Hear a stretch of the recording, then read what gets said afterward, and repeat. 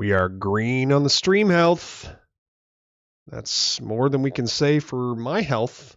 We're kind of green. Some things are green with my health. I suppose that's it. Let's go ahead and get this set up for tonight. I am so glad to be back. It has been quite a while. Wait a minute. Where is my thumbnail? I worked hard on that crap. Where is it? Oh, now I've got problems. Hey, Goddess, what's up? Hang on a second. Stream info. Where is it? Crop and update. Let's go. Let me make sure I got this thing right. Rishi, Star Fox, Sean, Chaos, what's up, y'all? Hey, hang in there just for a moment as I get all of the goodies set up here. The goodens. Oh, there we go. I can just do it up here. Oh, yeah, there it is. It's here. It's updated now. Very good. All right, let's go ahead and modify this now. Very excited to have everyone here. This is going to be awesome. Let me get that going. As you can hear in my voice a little bit, I'm on the mend. We're fine as far as health-wise goes here. We are just here. We're going to do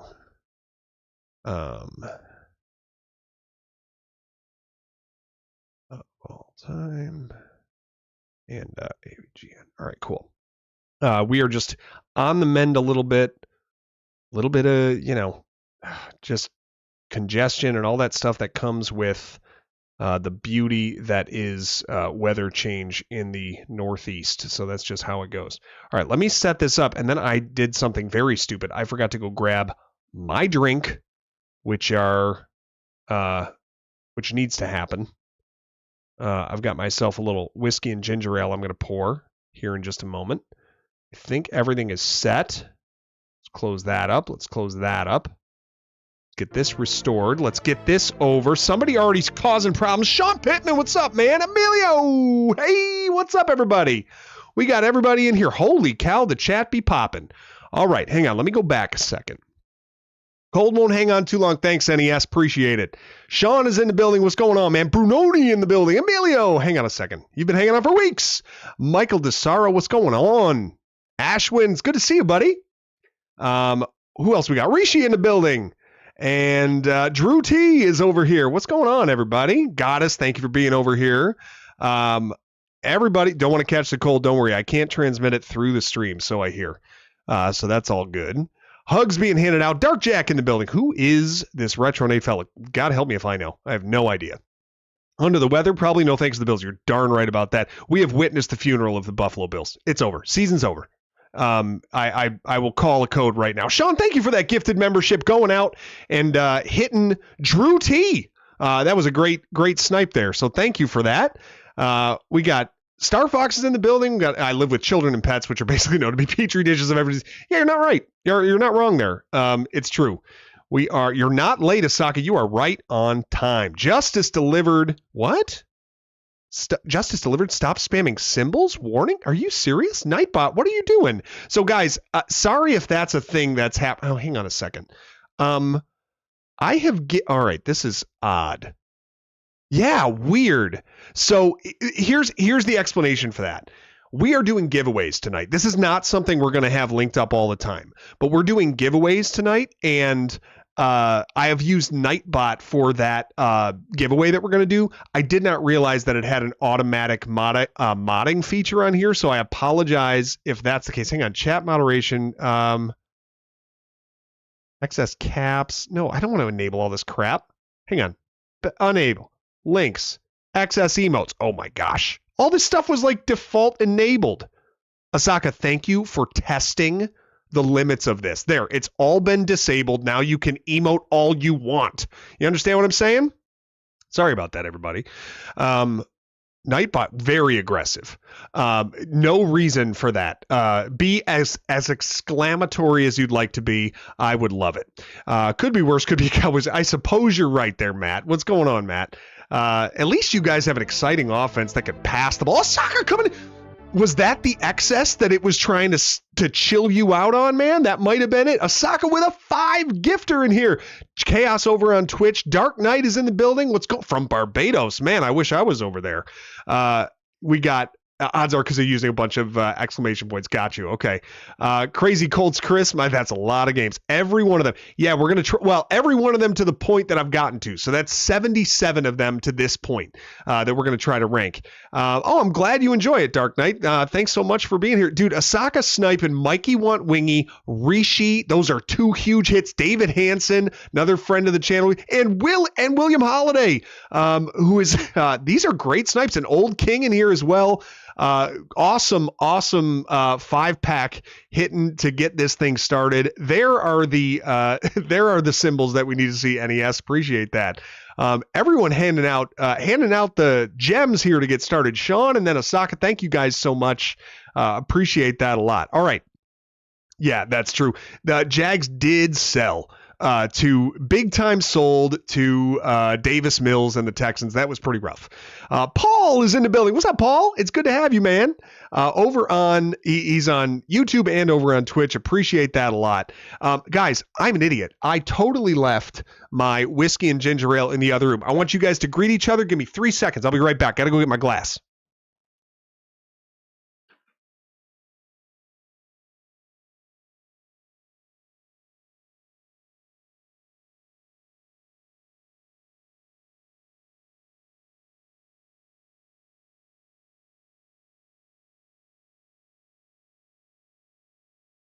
All right, we're back. We are back.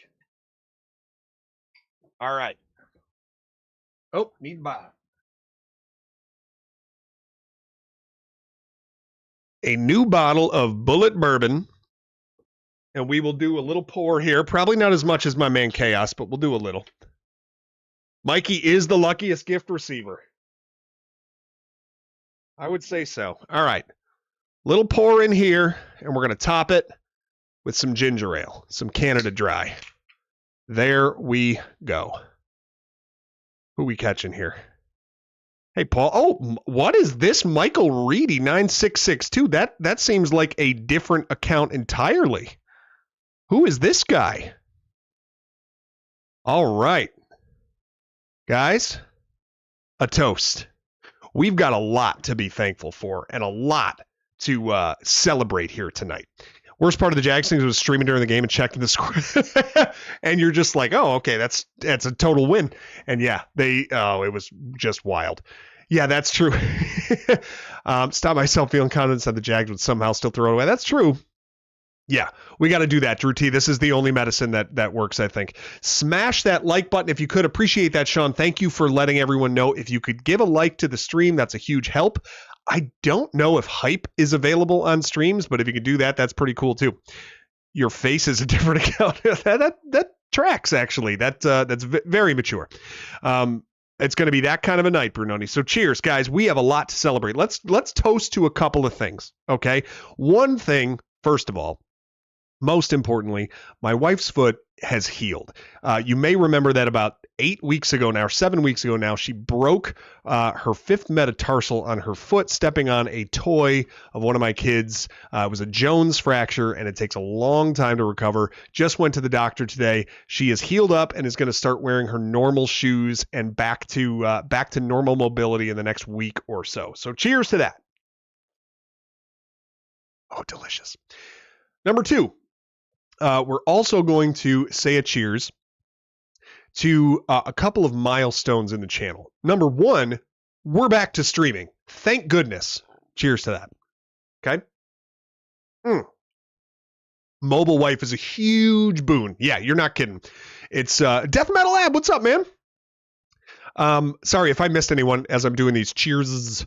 I apologize. All right. Next thing that we are going to oh goodness gracious, Sergio Landgrave 495, thank you for being here. Cheers to you. All right, we are going to next, no more boot as of Monday. We're streaming. We got a mobile wife. These are good things. Number 3, we have crossed the 15,000 subscriber mark. Cheers to all of you for making that happen. For those of you that are subbed, thank you. For those of you that have shared the channel, thank you. For those of you that have watched the videos, every step that you take to engage with the channel has helped, and we have hit a pretty freaking cool milestone. We just got over 5,000 subs this year. I was just going to check, giving us 15,000 lifetime of the channel. Pretty awesome stuff. And then another thing, I have uploaded a few more videos that members only can see. So anyone who's new to the channel or anyone who hasn't been here before, we have a membership option where you can, it's like $3 a month, I think, and you get access to all the videos that I'm about to post as I upload them in advance, and you get them ad-free. So you can watch through any of the walkthrough videos that I'm posting, and you get them up to, generally I try to keep about 4 of them in the queue in advance that you can go and check out. So you can get those ad-free the moment I upload them. I actually just uploaded another one today. So that's NES game number 77, which will be included in the rankings that we do tonight. What's up, Trillon Light? Appreciate you going through all the old videos, man, and commenting on them. It's been nice chilling with you. And by chilling, I mean chatting, because I've never met you. But very nice to have you along. Glad you could hop on tonight, man. All right. And then 15K subs. Pretty freaking awesome. Brunoni, you are speaking like somebody who has known me a long time. I'm really digging this vibe of the, because that is something Michael Reedy would say, and it's spot on. Who's acting improperly here? Who's acting improperly? What? Whoa, Sean, what are you doing? What are you doing? Dropping a gift over to Kefka. First of all, why would Kefka get a sub or a membership? That's very mean. Because he poisoned water, I think. And then Chaos dropping in a 10. So Sean hitting another one to Kefka. And then Chaos dropping a 10-pack to Texas Outlaw, Mark, Carl Clausen, Andrew Getz, Kraken King 007, Mike Paunovich, Humor in Politics, John J., Tom S., Larry Helferich. Dude, thank you so much. And then Drew T with the super chat. Cheers to 15. Let's get to 20. And then Jessica Coder caught a membership. Dude, thank you guys so much. Very kind of you. Osaka dropping another 5 bomb in here. Get out of here with another one of those. Absolutely crazy. KBX, what's going on over on Twitch? Appreciate you being here, man. Excuse me. We're over on Twitch. We're over on YouTube tonight. Crazy hype here, guys. Zeklor catching one. Along with, hang on a second. Anthony Sabino, you think I'm the best? Man, I'll do the best that I can to live up to that. But thank you, man. Appreciate the kind words. Matthew, Alex, Keebler, Powell, Iceman, and J.R. Ewing, 73, catching some crazy memberships from Osaka. Thank you so much, guys. Very, very kind of you to pass those out to the channel. So all of the people that just received memberships have access to all of the videos that I've uploaded to this point, even if they are not made public. You can go on and check those videos out in advance, ad-free. I leave them non-monetized for members, so you can go on. You won't get any ad breaks. You'll be able to just watch straight through with no interruptions, and that's the perk you get for membership. Also in supporting the channel, and appreciate the extra, little badges you get and stuff like that. Star Fox joining as a member now for 15 months. Come on, baby. Now we're talking. You're not just, dude, you're anything but blending in. Star Fox, you're a staple, man. Mega Cartman is in the building, and Avanon is here. What's up, guys? Thanks for being here, man. Any chance these are good? Open tryouts? I wish, KBX. You right? Like, how are we? I'm calling a code on the season, man. I've thought that the Bills have been fake since pretty much since like week 3. When we couldn't handle the Dolphins and the Saints convincingly in that early part of the season, I'm like, no. Well, this is all a ruse. It has to be. So I'm calling it a code. Bills season's over. Fantasy season's over. I'm moving on. Football's dead to me. Thank you guys for all of that, all this generosity. Mega Cartman hopping in here with the new membership. Guys, Mega is the OG. Mega Cartman is the original. 19 months, nobody has a longer membership than the OG Mega Cartman. We're toasting to Mega Cartman on that one. Appreciate that, guys. Thank you so much. 19 months already? I mean, this is insane.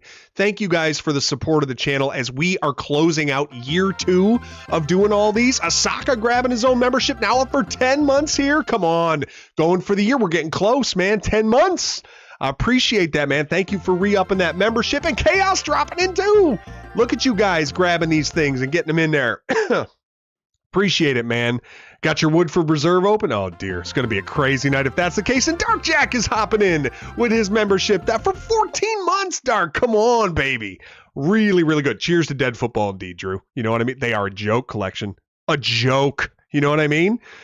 It's crazy. It's crazy, Goddess. Crazy membership roster. Really, really love it. Trying to think of a game to play, either SNES trying to think of one to play, Matt Rat. So let me tell you this, Matt Rat. We are going to go through 77 of the NES games that I have covered on the channel this year. In the life of the channel. Some people have seen all of them. Some people have seen a portion. But I want to make sure, because I'll give you a thorough look at all of those NES games that we have covered and try to dissect them here today as an NES Encyclopedia re-ups his membership as well. 10 months, man. Cheers to you. Really appreciate it. NES Encyclopedia with these shorts, just going through every NES game. Appreciate those. I checked out the Home Alone one today, which made me vomit a little. That game is hot trash. Can't wait to get through that one eventually.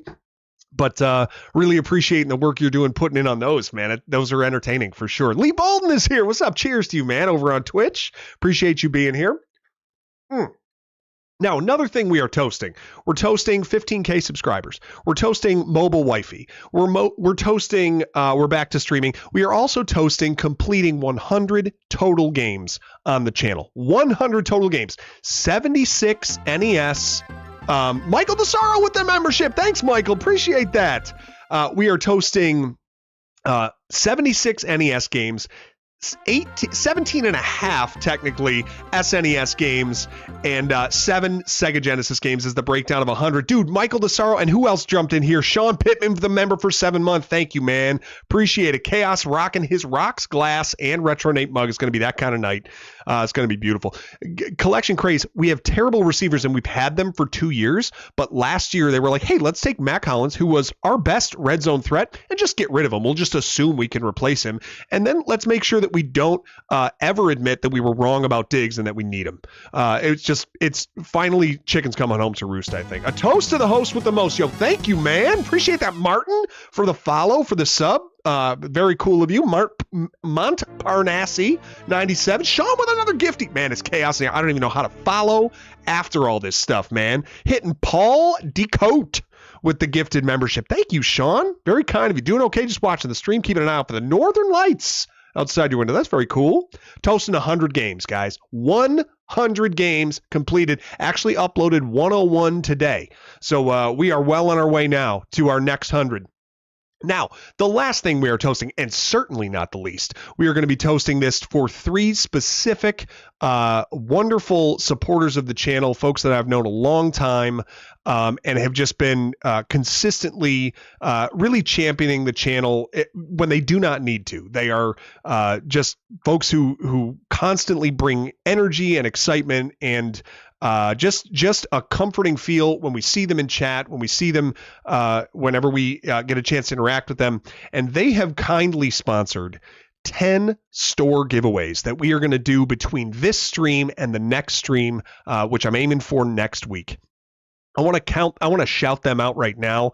We're talking about Chaos 381, we're talking about Goddess Carry, and we're talking about Star Fox SNES. These 3 individuals have decided that they are going to celebrate those milestones for the channel by sponsoring giveaway items from the store for viewers like you. So if you are in the stream tonight, you've got to be over on YouTube to be eligible for the giveaway. I've only got it synced to my YouTube through Nightbot tonight. We're going to do giveaways on the half hour every hour.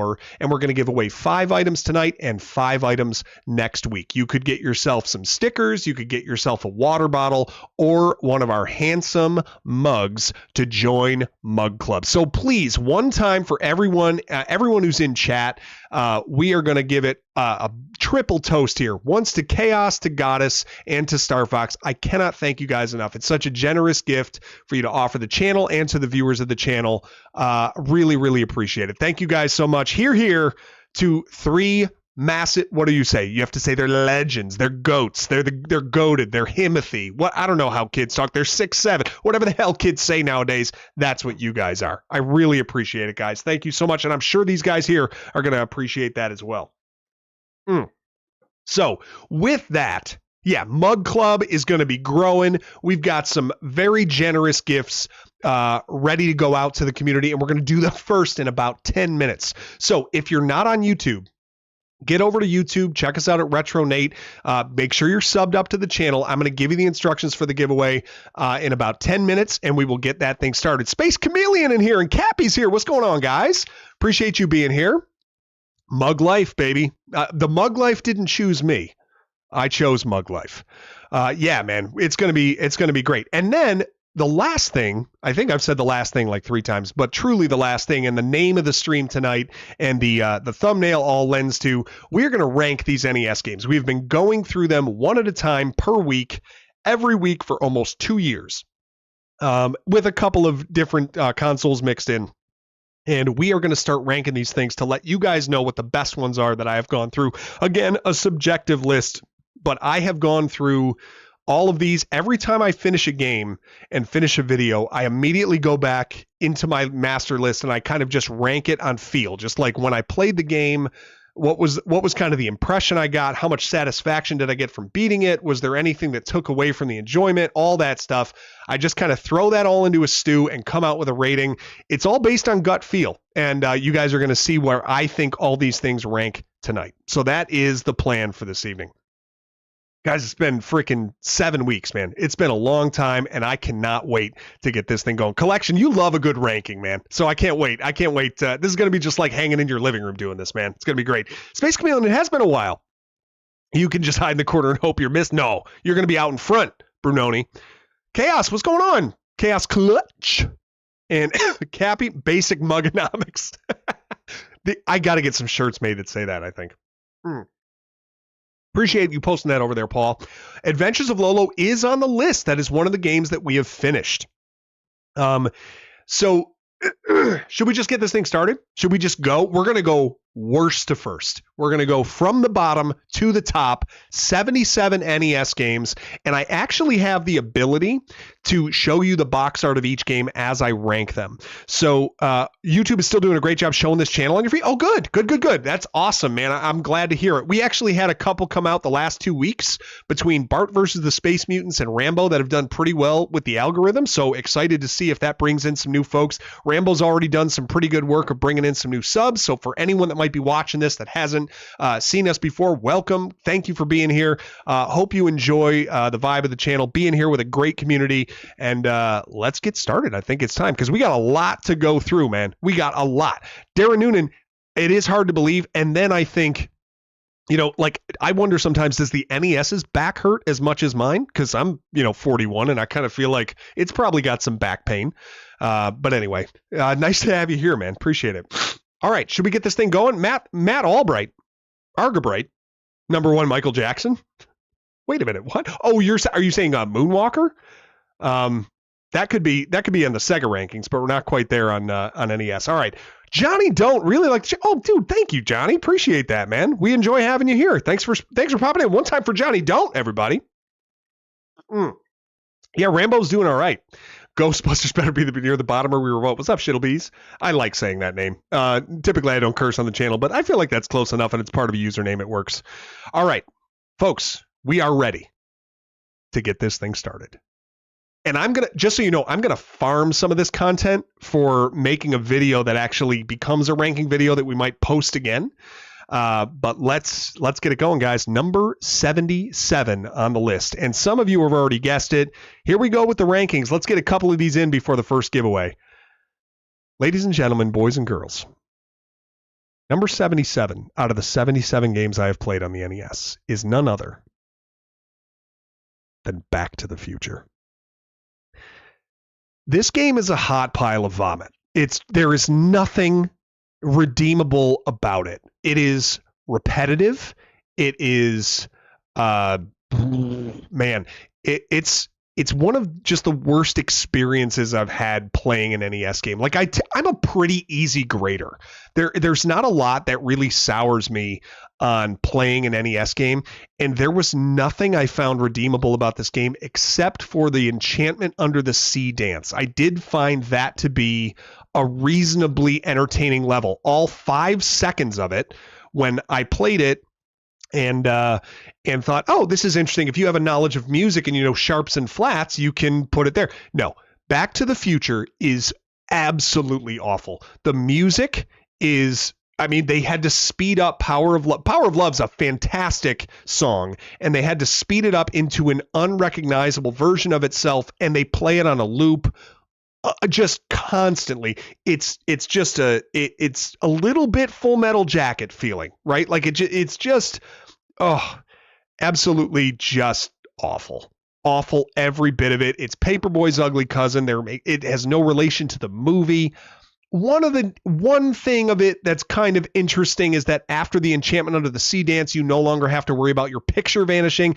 You get one chance to get to 88 miles an hour, and then you have to start over, no matter how many lives you have left.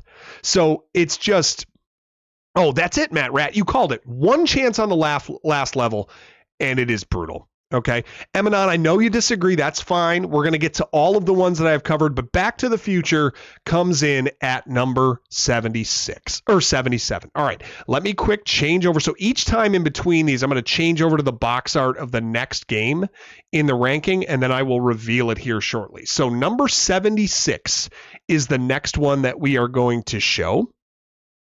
And this one was it only edged out 77 because of a very, well, I guess I can share it when we get to the game. So number 76, some of you have guessed it as well. It's Ghostbusters for the NES. Now, this one is also hot vomit. I want to make sure I'm as clear. It's as much hot vomit as Back to the Future. The gameplay is horribly repetitive. The only difference that I found in this game, the last scene, or the second last scene of climbing the stairs, just disgusting. I mean, it's just, they advise you to have a turbo controller in the instruction manual. So heaven forbid you don't have access to one of those. You just have to wear out your stupid thumb doing this crap, right? It's awful. 88 mugs per hour. That's good. Sorry, I'm getting over cough. Yeah, really, really stinking awful. But the only thing that, in my opinion, was redeemable about this, and it's slightly better than the Enchantment Under the Sea dance, was the fact that there was an inventory and items that did different things. So you had like a ghost alarm, and you had a like a ghost vacuum you could use. You had different you had upgrades for your proton packs and some things that kind of had like really, really like vague RPG type elements, which I found better than the Back to the Future aimless just plowing forward with this crap. Yeah, slimy hot vomit, complete garbage. Oh, the stairs were the worst, Emanon, the absolute worst. And then you get to the top, and like the last scene is fine, with Marshmallow Man and Gozer and you know all that. And then you get a completely horribly translated congratulations screen. It didn't leave any satisfaction when you finished. It was just awful. It was awful through and through. So Ghostbusters and Back to the Future, both hot vomit. And that's just, those are the bottom two. So I think that puts to rest a lot of folks. Like, we probably assumed that those were going to be near the bottom. I can assure you they are dead last at this point. All right, we're going to take a mini break, and we are going to get over to the giveaway, guys. It's time to go ahead and give you guys some stuff. Okay, here we go. Let's, we could have 70s. Well, they will be going down as soon as I play more games, Drew. I'm sure of that. All right. As a non-English speaking kid, I never understood how the game works. I mean, just brutal, man. Brutal, brutal, brutal. All right, guys, here we go. We got to do our first giveaway. This one is going to be a set of stickers. Now, here's the deal for how you got to get into this giveaway, okay? It's going to be a keyword giveaway. So you're going to hear the keyword from me in just a second. You have to be in YouTube chat in order to enter the giveaway. Secondly, you're going to need to be in the Discord in order to retrieve your giveaway. I'm going to be giving you a giveaway link, and I'm going to send that to you through a DM. You're going to have to reach out to me in the Discord, and I'm going to need to know that it's you. So you're going to need to either have a common username or something like that to make sure that I know that it's going to you. And you got to be present to win. So you're going to put in your keyword. We're going to give it a few minutes for people to hop into the giveaway. And then we are going to give this thing away. So keyword giveaway, we're going to give it out to everybody. Everybody's eligible. The keyword for this one is just going to be, actually, let's make the keyword for this one vomit, because I've called hot vomit of both of the games. So I think vomit, no spaces, no capitals, is the keyword. And we're going to make sure we have a unique winner. If you type the word vomit, wait a minute, 38 entries. Oh, because you guys have already written vomit in the chat. Is that right? Hang on a second.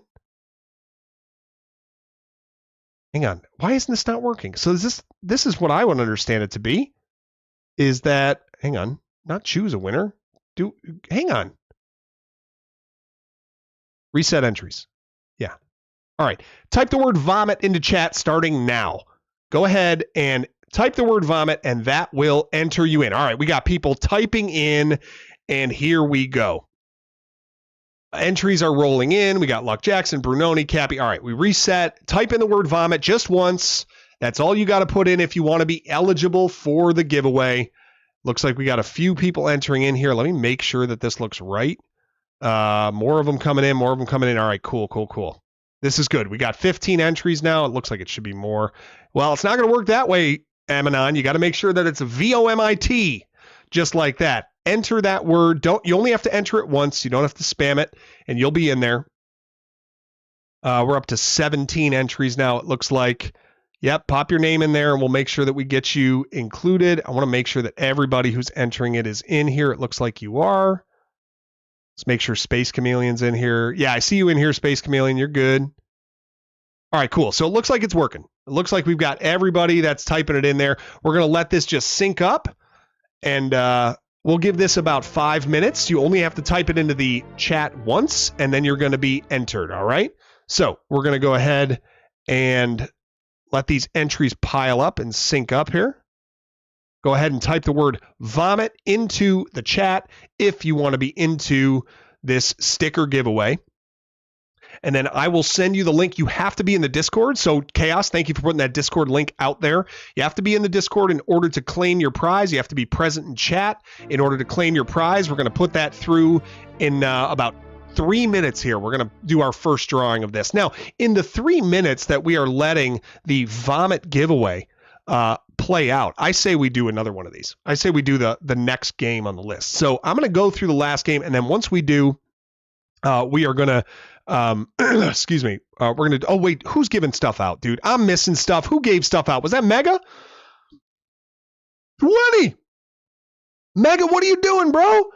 Holy cow. 20 gifteds going out to J&J, Luck, or Shankbuster with Vomit, Raggedy Man, Piper, Harry Norris, Daryl Fawcett catching one, Bjorn Skarsgård, Big Willie 54, Enorialp catching one, Aaron catching one, Carrie, Sarah Fuller, Rifter, another year older, 1878, Anthony Upton. I mean, gosh, you hitting everybody. Shindarius, Blaze Icewood. Bro, thank you so much for the gifters, man.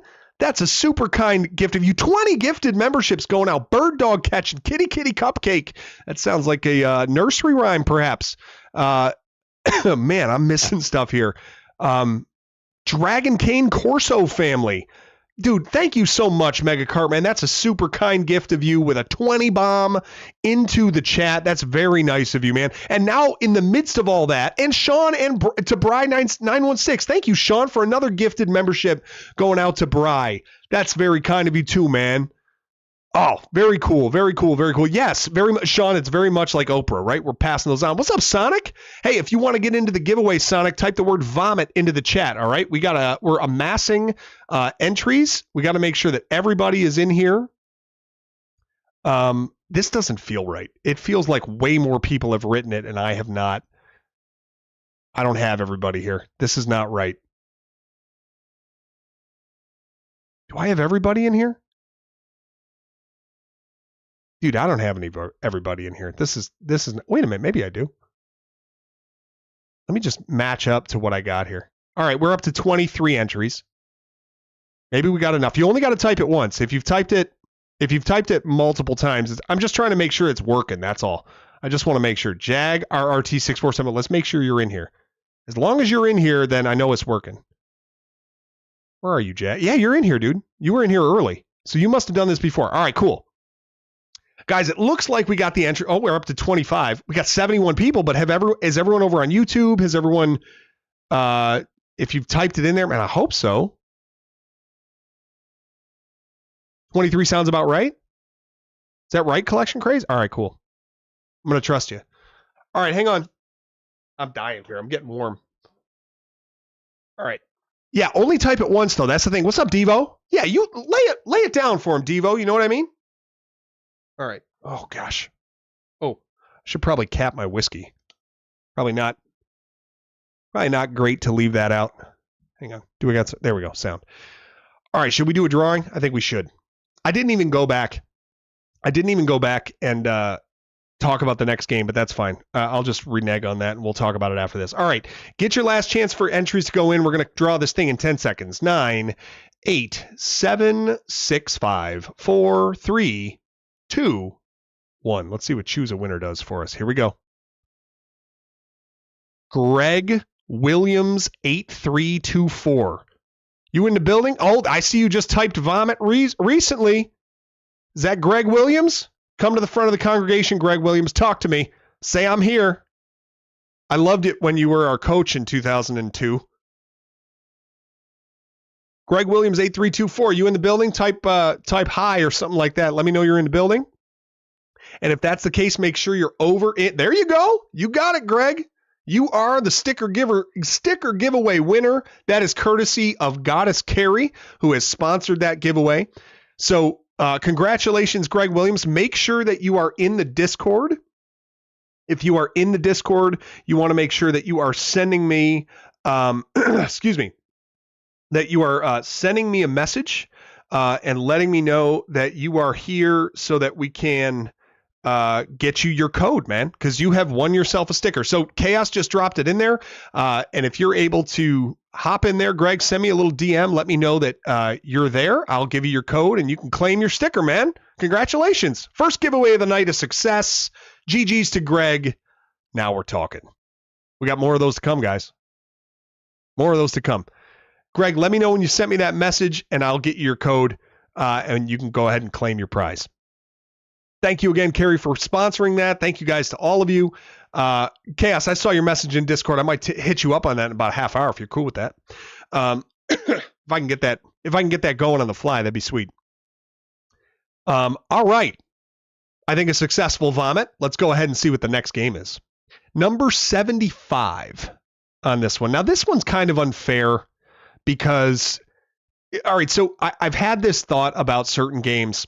Congratulations, by the way, for your, how do you collect? All right. So, Greg, all you have to do is join the Discord. So Chaos has put the Discord link. I don't know if you're on Discord at all. Sean, thank you for the gifted memby.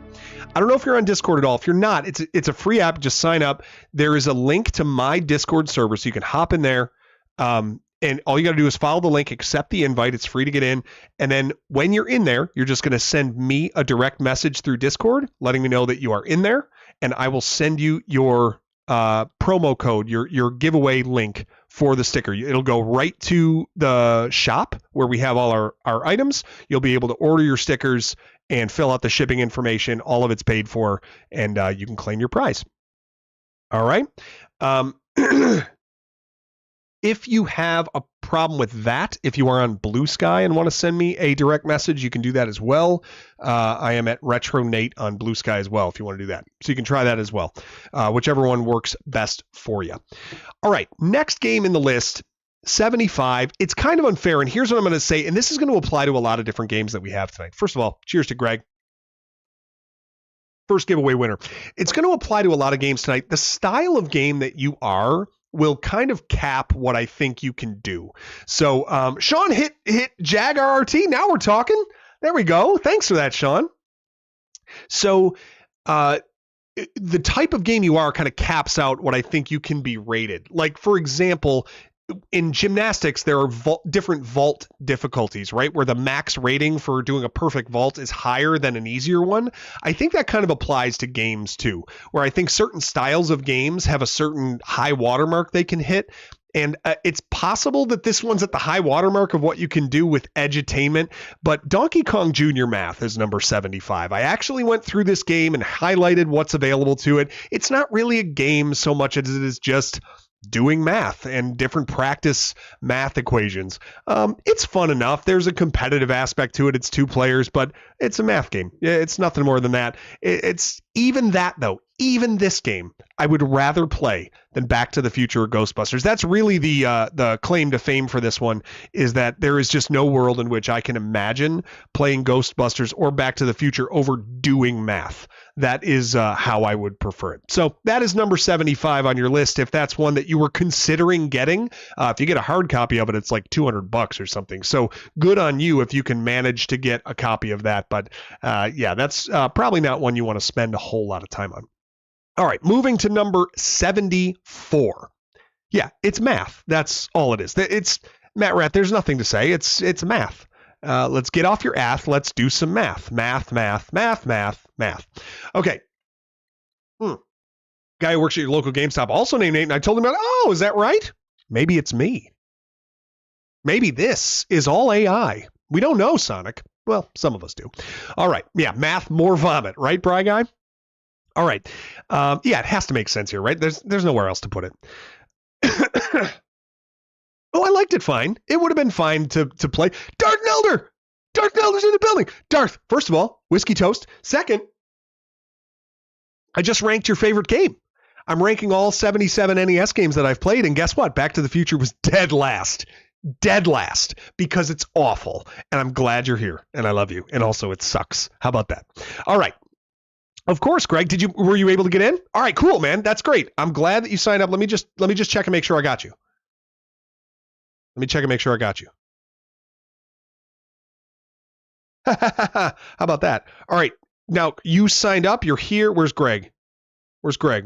Greg is here. All right, Greg, do me a favor. On the Discord, all you got to do, there's a little like speech bubble if you're using the app on your phone or whatever. There's a little speech bubble on the top left, and you can send direct messages to people in there, or you can just find like somewhere where I've chatted in the general chat, find my profile and send me a direct message, and I will reply with your code that you can use to redeem your gift. So if you're doing that, you're all set, man. All right, very cool. All right, so yeah. Terrible game, Back to the Future, and it's dead to me, and that's all. All right. We're up to 74 on the list, and now we get to an actual game that has a plot and that you play through and blah, blah, blah, blah, blah. It sucks. It's really bad. I think I kind of enjoyed playing through it, but objectively, it's just a terrible game. It is Temu Double Dragon. I'm talking about Target Renegade. This was one I actually owned as a kid, but it is the spitting image of Double Dragon, and it is terrible. I mean, terrible. The only thing I found fun about it, I mean, it is a beat 'em up game. The only thing I found fun about it is the Mr. Big, who is the final boss, is actually quite small. I thought that was kind of funny. But otherwise, I mean, it was just bad to play through. What's going on, Deity Deconstruction? Nice to have you with us. Darth, it has been a while. How are you, man? Shittlebees, yeah, Marble Madness, not here. We have Double Dragon at home is perfect, BR Hensey. That is exactly what this is. This right here. This is fake Double Dragon, and it's just not great. Yeah, the box art's fine. The box art makes you think it's going to be a better game. It is a straight Double Dragon ripoff. So that's just like, it's just meh. After playing it, I was like, oh, I think that was fun. And then I stacked it up against every other game I played. I'm like, I just can't put this above anything else I've played at this point. So Mr. Biggie Smalls, that's right. So yeah, Target Renegade comes in at 74 out of 77 that we have played. All right. Now, moving on to number 73. Oh yeah, opposite of Tiny. That's right. Same idea for that one. William Scavenger Fish. Yeah, Taito, same as Bubble Bobble. You're right. Nightmare has a hey, hang on. Hezekiah George. Nightmare on Elm Street and Friday the 13th are awesome. Well, we'll wait and see where they stack up because I've played both of them so far. Greg Williams, haven't gotten to Akari Warriors yet. We'll have to get there soon. Chaos, thank you for reminding everyone. Like the stream if you can. It does help push us a little bit further. It does look a little bit like Chong Li from Bloodsport, doesn't it, Cappy? Life's been difficult. Oh, man, I'm sorry, man. Well, hey, let's go ahead and have some fun tonight. Let's connect soon, man. Let's talk about it. All right. So you bought it 2 months ago, and after it's brutal. It's brutal, Sergio. It's just not. There's no replayability. It loops too. So after you beat the boss, they're like, "Oh, we recaptured your girlfriend," and you start again. It doesn't give you any satisfaction of an ending. There's nothing to it. It's bad. It's just a bad game. All right, moving on to number 73. Are we on now? 73. Okay, now this is one that was mentioned already in chat. It does make sense why it should be this low. I never really found it. Wait a minute. Where are you? Where are you? I had it. Oh, maybe I have it down here. There it is. I never really found it as offensive as some other people did. Appreciate the follows. Thank you guys for the subs. And a sub from Wesley Williams, my man. Let's go. Making Dalcim laugh or dance a lot tonight. Me and Jimmy. Drawing where the winner gets to pick the next game, Luck. So I'm still working off of the list that we made earlier this year, where we came up with about 100 NES titles to tackle, along with like 20 SNES and like 20 Sega Genesis games. I'm still working off of that list. I'm trying to honor that before we grab any more, but we'll take a look at that list before the night is over. All right, moving over to number 73. We are talking about the game that this was maybe one that I got kind of like the accused of being like hot take central, like doing something, posting a thumbnail just for clicks. And I really don't do that. I'm really trying to be very genuine in the way that I post about these. I haven't played Dick Tracy yet. You're right. If Batman Forever got an NES release, it was so bad. I hated it so bad. But the next one that I have on here, I said my title was a little clickbaity. I got accused of it, but it's genuinely how I felt, and it's Dr. Jekyll and Mr. Hyde. It's not a great game. I'm not saying that it is. I have it ranked number 73 out of 77, but I did not think that it was the worst on the console. It had some different sort of interpretations of how it depicts psychology. The game mechanics are very weird and wonky. The Psycho Wave is a weird weapon, and it's just, it doesn't have like a lot of staying power, but I did find myself really interested in trying to finish this one, and really interested in trying to see like, there was a bit of this like depth to it that when you go, wait a minute, like this Hyde character can't proceed further than Jekyll because he, overtakes the Jekyll character, or, Dr. Jekyll, the way that it's portrayed, all these little pests about daily life, the little kid shooting him with slingshots and bugs in the air. These are the things that kind of, that he bottles this anger and it turns him into Mr. Hyde, right? I don't know. I just thought it was interesting the way they depicted that. It certainly wasn't good, but I just didn't think it was worthy of necessarily all the hate that it got, obviously aided by an AVGN video where he craps on it, which for good reason. I just didn't think it was all that terrible to play. Now that said, I haven't gone back and replayed it after I finished it. I just wasn't left with the sour taste that a lot of people are. I guess I'll leave it at that. So that is number 73. You would do math before that game. Good call, Brunoni. All right. Now I've got the next one that might be a little controversial. And the only reason I'm saying that is because of the popularity of the franchise. But I think I'm trying to keep this one real, is that I never found this game particularly interesting or fun to play.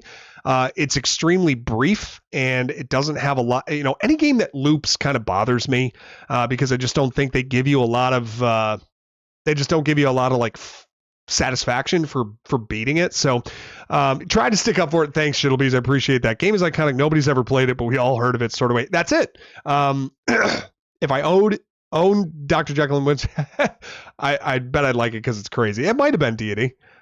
Video was interesting. Oh, I appreciate that, Beer Hensey.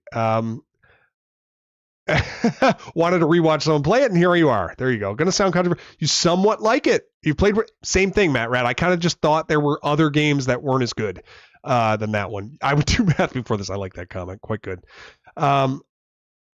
Base support. That's good. That's good. Yeah, Darth, we got to catch up. I'm sorry I'm missing chat here. When is Nate going to play TMNT 1? Sonic. Don't make me do that again, man. The idea of it was interesting. Execution was lousy. That was it. I like the word lousy too, so good on you for using that. Wasted $3. I haven't played Dr. Chaos yet. I've sampled it a little bit, but not gone through it yet. It's not Kirby. No, I haven't played Kung Fu yet. No, the next game that I'm talking about is Donkey Kong Classics. So Donkey Kong and Donkey Kong Jr. here, I find the games terribly boring. I know that it's Mario and I know that it's Donkey Kong and it's the original appearance of all these characters and blah, blah, blah. It's walking and jumping. And it's really not interesting to me. It's a score-based game. There are 4 levels in Donkey Kong. There are 4 levels in Donkey Kong Jr. And it just repeats over and over. So there's just not a lot of intrigue to me in playing the game. I've never been someone who's like, oh, I got to go for a high score. Like, that's one thing that's going to pull away from Tetris when I get to that one is like, until there's something else that brings me in, just playing a game to try to get to high score is not particularly interesting to me. And that's really all this game has to offer after you finish, the first 4 levels. It gets progressively more difficult. You can try to just run it as often as you want, but it's the same levels. So not sure if that's controversial. Not sure if that's one that doesn't, it's just, I don't know. It had nothing for me in this one. So really, as I stacked it up, I was just like, man, I'm not going to put it lower than Dr. Jekyll and Mr. Hyde, but I can't put it higher than anything else. I just got more enjoyment out of other games that I played. Yeah, this and Pac-Man Loop, they just never did it for me. Check out the main course role-playing game movie done by Tanya Owen. I don't know that one. Oh, Rishi, we'll get there. We'll get there. Didn't like that deity. Yeah, now I haven't done Russian Attack yet. It's just, they're not the best. They were arcade games. Exactly. They were ported to the NES because of their popularity. They just never, it was just not good, really. So that's just how that was. All right, let's get through another one here. So we're moving up to so in the same vein, right? In the same vein, another arcade game that was, I think this was more fun than Donkey Kong Country, but it was another arcade game that was wildly brief. It was pretty simple to get through, and it was arcade style. So it's just about getting yourself a score and then the game is over. This one just didn't have the staying power for me. Even though I played it a lot as a kid, I never realized just how kind of shallow the game is until I got to be an adult. Fun fact, Donkey Kong has a kill reset screen once you finish the 22 full loop of the game. Is that right? I don't know how fun that fact is. I do not want to play that game 22 times. That sounds torturous. Yeah. How low is Fire and Ice? You thought the game sucked? No way, someone else. We'll get to that one eventually. I didn't think it sucked. I like that game. Yeah, classic arcade names needed to stay in there. I'm going to say this one might have needed to too. Marble Madness. Not that good. Not that good. I enjoyed playing through it enough as a kid. I think I liked it because I could beat the game, but it doesn't have anything else to it. You're rolling a ball around. Like it's The graphics were interesting. It was 3D that way, and that kind of that had some intrigue. That was a little bit better than Donkey Kong and Donkey Kong Jr. But it didn't have it. It didn't do it for me. I even put on the thumbnail of the video, I think I said, is this even worth a video? Because it was like a 6-minute game. Sonic, haven't played that one yet. Halcyon, what's going on? So, excuse me. So this is where I'm putting Marble Madness, coming in at number, 71. We had Donkey Kong Classics at 72, Dr. Jekyll, Mr. Hyde at 73, Target Renegade 74, Donkey Kong Jr. Math 75, Ghostbusters and Back to the Future at 76, 77. So now we're going to finish with number 70 on our list. I don't know if there's anyone that wants to come in and argue about Marble Madness, either for or against, but you'd be wrong. You'd be wrong if you're arguing for, because this is exactly where it deserves to be. Don't hate Marble Madness. It's fine. It's tough, but it's like there's nothing there's nothing to it, really. It just doesn't have much to it. Yeah, it's a 7-minute game. There's not, well, Bernoni, let's not talk about how I died twice at the very end and had to restart. Maybe I've got by 6 minutes is long enough for a game. Sean Pittman with a gifty. Going out to, who'd you hit? Greg Williams. Look at that. Sean Pittman hitting Greg Williams. Greg Williams getting all the giveaways tonight. Look at that. Crazy. Thanks, Sean. Appreciate it, man. Still waiting on bump and jump. You want to pull your hair out? Yeah, that's true, too. Mads of Anxiety. That sounds right. Star Fox. I think that's fair. That's fair. Sean, dude, that's great. Dripping these in. There you go. Yeah, I know. He's just a slow. He's a leaky faucet, that Sean. All right, we got to get up to number 70. Now, number 70 is actually a full game. Number 70 is actually one that has like you would think it would be. They had a lot to work with and could have made a good one here. But, well, they didn't. And it was featured recently. This was one that I played fairly recently on the channel, I want to say within the last couple of months. Sonic, dude, you're welcome. It's my pleasure making them. Well, I'm very glad to hear that, man. I'm glad that they serve you. And glad to hear that. That makes me feel good. Greg Williams having a big night tonight. Somebody put a bounty on him winning these giveaways, I'm telling you. Someone else. Simpsons was rough. Yeah, really rough. All right, so we're up to number 70. We are now getting into the realm of like games that have a little more meat to them. But just because they're a little bit longer doesn't mean they're a little bit better. And this one only had, I think, like one redeemable level in it out of the 6 that we played. I'm talking about Beetlejuice for this one. This one, I really wanted it to be better. I thought they tried some interesting mechanics with like the scares that you could buy. I liked the top-down level. I liked going through the Dietz's house and getting the scares and eating the beetles and all that stuff. I thought that was cool. But the game is so just shoddily put together when it comes to the platforming sensitivity, like how to actually play and learning this thing. It was just bad. It was bad news. And for a movie that I love so much, I think that makes it worse for me because I have higher expectations. One of the reasons that I put Beetlejuice or Back to the Future and Ghostbusters as low as I did is because I expect more. If you're gonna talk about a movie franchise to me, I expect more. And I think that's fair. And we're leaving this one at 70. So Beetlejuice comes in here. There were some elements to it that were fine. Like I said, the scares were interesting. I thought the graphics of the scares were kind of cool.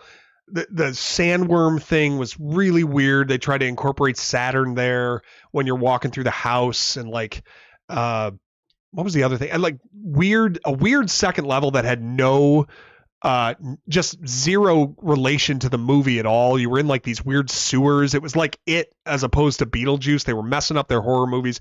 It was bad. It was bad. So we're going to go ahead and call that number 70.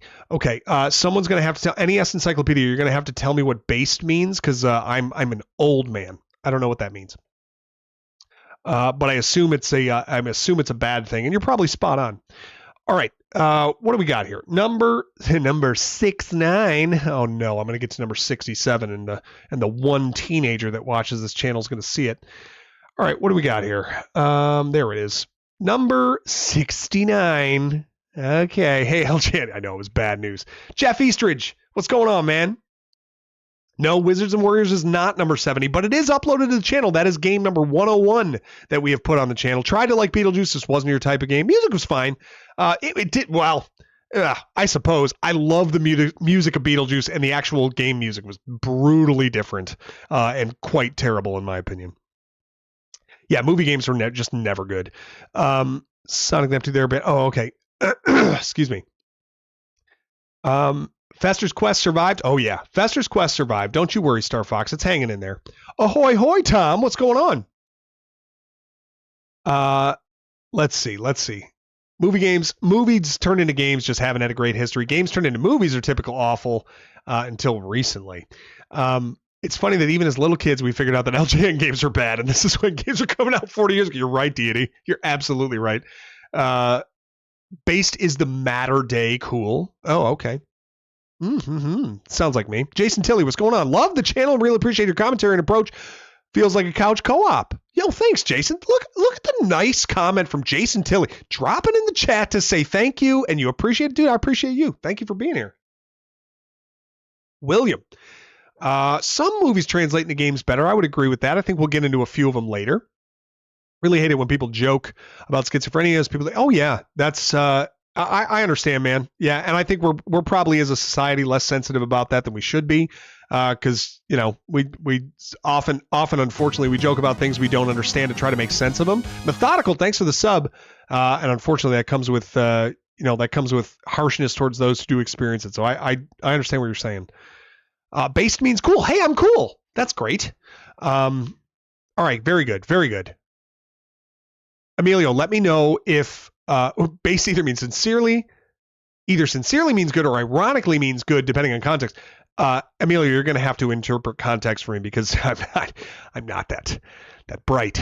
Okay, right on or groovy. Well, that I dig because Earthworm Jim is a groovy guy. So that one you're 27, Chaos. So you're going to make me say 6, 7. We're close to it. All right. LJN horrible. Just really getting on top of LJM. All right. Excuse me. Level 44. There we go. Got you, NES. All right. What game is next? Number 69 over here. This is another level by level, I guess, platformer. Brutally tough. The graphics were good. The music even was okay, but just brutally tough, punitive, no continues, like hard to get through and not very satisfying when you do. Tom and Jerry, the ultimate game of cat and mouse. This was suggested by longtime friend of the channel, Ketsy Q, who every now and then pops in still while she's going to school now to become a smart lady, which she already was. But she suggested this early on when I was doing these walkthroughs. I finally played this game, and it is just right up her alley to suggest this one, as I hated pretty much all of it. I will say the graphics were pretty good, but the gameplay itself, super tough. You can die in bonus stages, which I find to be just excessively punitive. I don't know why you would ever do that. If you find a bonus stage, it should be nice. Yo, what's up, Ray Butler? How we doing? So that was, it wasn't great. There are about 15 levels to the game. I think there are 5 worlds, 3 stages per world. And the last stage, each world is a battle with Tom. They get progressively harder. And then when you finish the game, you unlock Jerry's nephew or something who was kidnapped and put in the attic. I don't know. Enemies are everywhere. Everything kills you. It's very frustrating, and it's just not very rewarding to finish. So, got us that it always happens. That's the way that it goes. So, number 69, Tom and Jerry for the NES. I just didn't find this one to be very enjoyable. Why is Jerry wearing shorts? Well, he doesn't want to be naked. I mean, be decent. This is a kid's game, for crying out loud. That's probably why. So that comes in at number 69. Okay, up to number 68. Now, one that I hadn't heard of prior to my playing it. I actually did this out of laziness. So my emulator is arranged alphabetically, and I just didn't feel like scrolling through games very far. So I looked at a box art I thought was interesting, and I gave this one a shot. And I liked the gameplay of it. But again, it's a game that loops, and it's a game that it just becomes very repetitive. It's still fun the first time through. And if it had ended at the first time through, it would have been a short and enjoyable game. But instead, they looped it 4 times. I found it just excessive. Arkista's Ring. This was just, it was fun. The gameplay itself wasn't too bad, but it was just repetitive. In fact, if we even wanted to, I suppose... while we're doing this, while I've got my emulator up, if you guys are interested in seeing some of the gameplay of these games, I can get them loaded up here and we could try a little bit if this was one that no one had seen. It's probably unfamiliar to a lot of people, but I feel like this game itself, I don't know, it had potential because you had, here, let me switch over to it. So you had some potential in here where there are items you collect that give you extra health, and there are some RPG elements. Oh, whoops. You're an archer that's kind of moving around this level fighting enemies, and as you do, you unlock keys to the level, and look at that. I unlocked I found a secret passage in here, and I got a special item I can use. It's got some enjoyable music and, all this stuff. It's just a real simple, like, top-down, level by level, you go stage by stage, playing through it, killing all the enemies, getting all the keys, and so on. It just repeats. After like 40 levels, or like 32 levels, it all repeats, and then you have to play the whole game 4 times. So it's kind of fun. Like if I hit, what is it? Hang on. Is it start? No, it's, no, I can't even check it right here.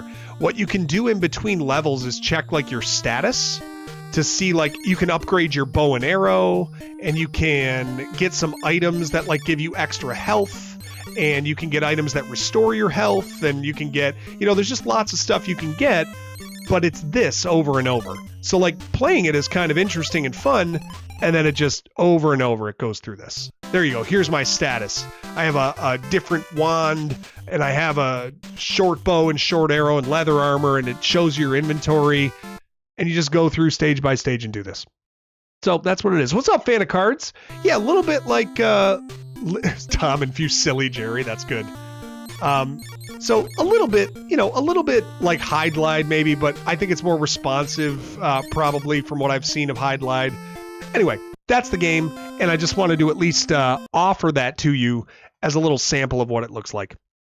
But ultimately a little repetitive, and ultimately just not deep enough really to be that great a game in my opinion.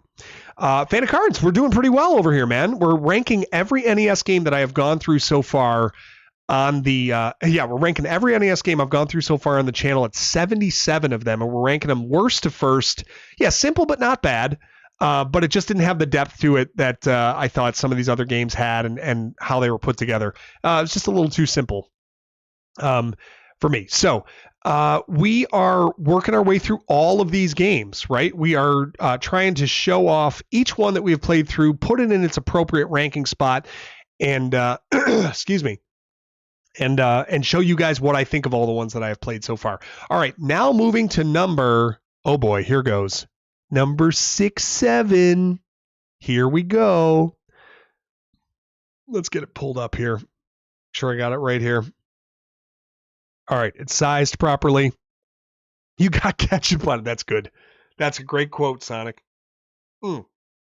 So, yeah, and all these games, by the way, the video is out for all of them. So if you go back in the channel history, if you go all the way back in the videos tab and scroll to the bottom, the very first video I ever do is Mega Man, and you can just follow them one after another from there. I also have a playlist of all the games we've done sitting in a playlist. It's called NES Games Made Easy, and you can go check that out over on the channel as well. All right, 6-7. So here we go, guys. Oh, you got it. It is a red letter day, Goddess. We're celebrating a lot of things today. It's expensive? Oh, interesting, Matt Rat. That's probably just a rarity thing, I would imagine. It's not worth it, I think, but okay, got you. All right, we're up to number 67, and this is one that's very well known, and one that is very, some people think it's one of the best games on the NES. I firmly disagree. I think it's fine, but we're kind of entering the point of the list now where, like, out of these first 77 I've played, I haven't played a ton of terrible games. Even Arkista's Ring is like, there's some redemptive value there. It's kind of fun. This next one is not terrible, but I just think it's not nearly what it's cracked up to be. And if you want to actually finish it, it's freaking brutal. And it is Ghosts and Goblins for the NES. Now, I have gone through both loops. I played the game. I got to the very end on one life, I think, or continue, and died at the very end. It was a brutal finish, and I had to go for 45 more minutes trying to finish the last level, but we did do it. But overall, I thought the difficulty of this game took away from it. Like, there's a line that you can thread where a game's difficulty adds to the experience and where it takes away, and this was firmly in the takes away category. Now, it does give you unlimited lives, continues, and it does give you a save point halfway through a lot of these levels, but they're so tough to even get to the next save point that it just takes away from the experience when you have to go over and over and over to try these games again. So to me, Ghosts and Goblins just does a lot of detriment to itself with how difficult the game was. And overall, even graphically and kind of gameplay wise, it's a little wonky. Even the movement is a little bit tough. Yeah, we have done Battletoads. It was one of the first ones I did, NES. It was like the 4th video I ever did on the channel. Well, of this series, I should say. So yeah, we went through that. And we'll get there and where that one's ranked. But Ghosts and Goblins comes in at number 6, 7 on our list. Worth it certainly to play, I think, for the notoriety of how difficult it is. But I just don't think this one is worth maybe the hype that it gets from people who think it's a good game. I think most of the time it's thought of as a good game because it's so tough. But like if you really play through it, it's just not a great experience to go through the whole thing. Anyway, that's how I felt about it. All right, let's move up to number 66. Now, this one is of particular import to me because this was one that I truly thought I would never finish. It's another one of those that has a difficulty that's prohibitive, but I really thought I would never finish this game. I thought it was too punitive. There was just no way you were ever going to do it. And and on top of that, it wasn't a really well-constructed game either. But I did appreciate a little bit of the variety it brought to it. There were some stages that were a certain style and then stages that were a different style, and they had different power-ups that did different things. So there was some variety to the game, which is more than you can say for Ghosts and Goblins, which is just straight up just running through and attacking people. But Captain Planet and the Planeteers. I finished this one on kind of on a bet from our good friend Michael Reedy, or Mikey Want Wingy, who's been in the chat. And he had played this game as a kid. This was one of his games that he owned even up through college and had gotten pretty far in it, but he challenged me to it one time when I went to visit him, and I couldn't get through the first level. I mean, it was awful getting through this first level. Excuse me. And he challenged me to it, and I thought from that point on, I'm like, I'm never going to finish this game. So I actually sat down and I actually learned the whole thing and tried to get through it. And as I finished some stages, I was like, all right, I kind of see how this is working. But overall, the game it's not great. It's got a little bit, some different variety. It does, I really like how it does pull in the different elements to get you to progress through the game. So you have fire, wind, water, earth, and heart, and those are the 5 elements that you can bring into the gameplay to try to get through the game. When there are stages where you're the Planeteers and stages where you're Captain Planet, and it's got some variety there, but overall the game is not particularly great. It's super tough, and that difficulty I think takes away from the experience. Overall, a fairly satisfying completion, though, just because of the difficulty of it, I guess. But that was about all I could say for Captain Planet and the Planeteers. That comes in at number 66 on my list of games. All right, Heart, baby. That's what you got to have. All right, coming in at number 65. Now, this one actually pains me a little bit because I like this game a lot. It's super weird and it's super fun and I laugh at it and I think it's great, but ultimately it doesn't have a lot of meat on the bone, and it's the lamest superpower. Rishi, it activates the bear, which slows down the oil rig so it's not poisoning the river. Come on. Excuse me. All right. Excuse me. All right, let me see. After my own heart. You know it, Michael. You know it. All right, so number 65 in this list is a game I really enjoy. And I think it's fun, and I think it's goofy, and I think I connected with a lot of people around this when I posted it, saying how much fun I had with it. Caveman games. This was like a Olympic-style game. There are only 6 little events that you can play in, and you have 6 participants that you can... Yeah, I do think Captain Planet is ultimately a better game than Orkista's Ring because it has a more natural progression to it. There are stages and a password system. It's got some difficulty. Orkista's Ring became very stale very fast. So that's just kind of how I felt about that one, Alex. Alex, did I even greet you? Cheers, buddy. Nice to see you. So Caveman Games was a lot of fun. Oh, Chaos! Dropping a 10 bomb in the chat. Come on, baby. Get out of here with that. Oh my goodness. Thank you, man. Hitting Matt Holmberg, Shaky J, One Punch Gamer, Eric Reed, Zachary Kanunen, John Borgoyne, which I think I need to say better than that. It also means that math is better in Back to the Future. You're totally right, Rishi. Michael Watts catching one. Jean-Francois Arothes-Poyal-Michaud. I think I said that right. I have no idea. Averad and Zach Conway. Bro, thank you so much, Chaos. Really appreciate that, man.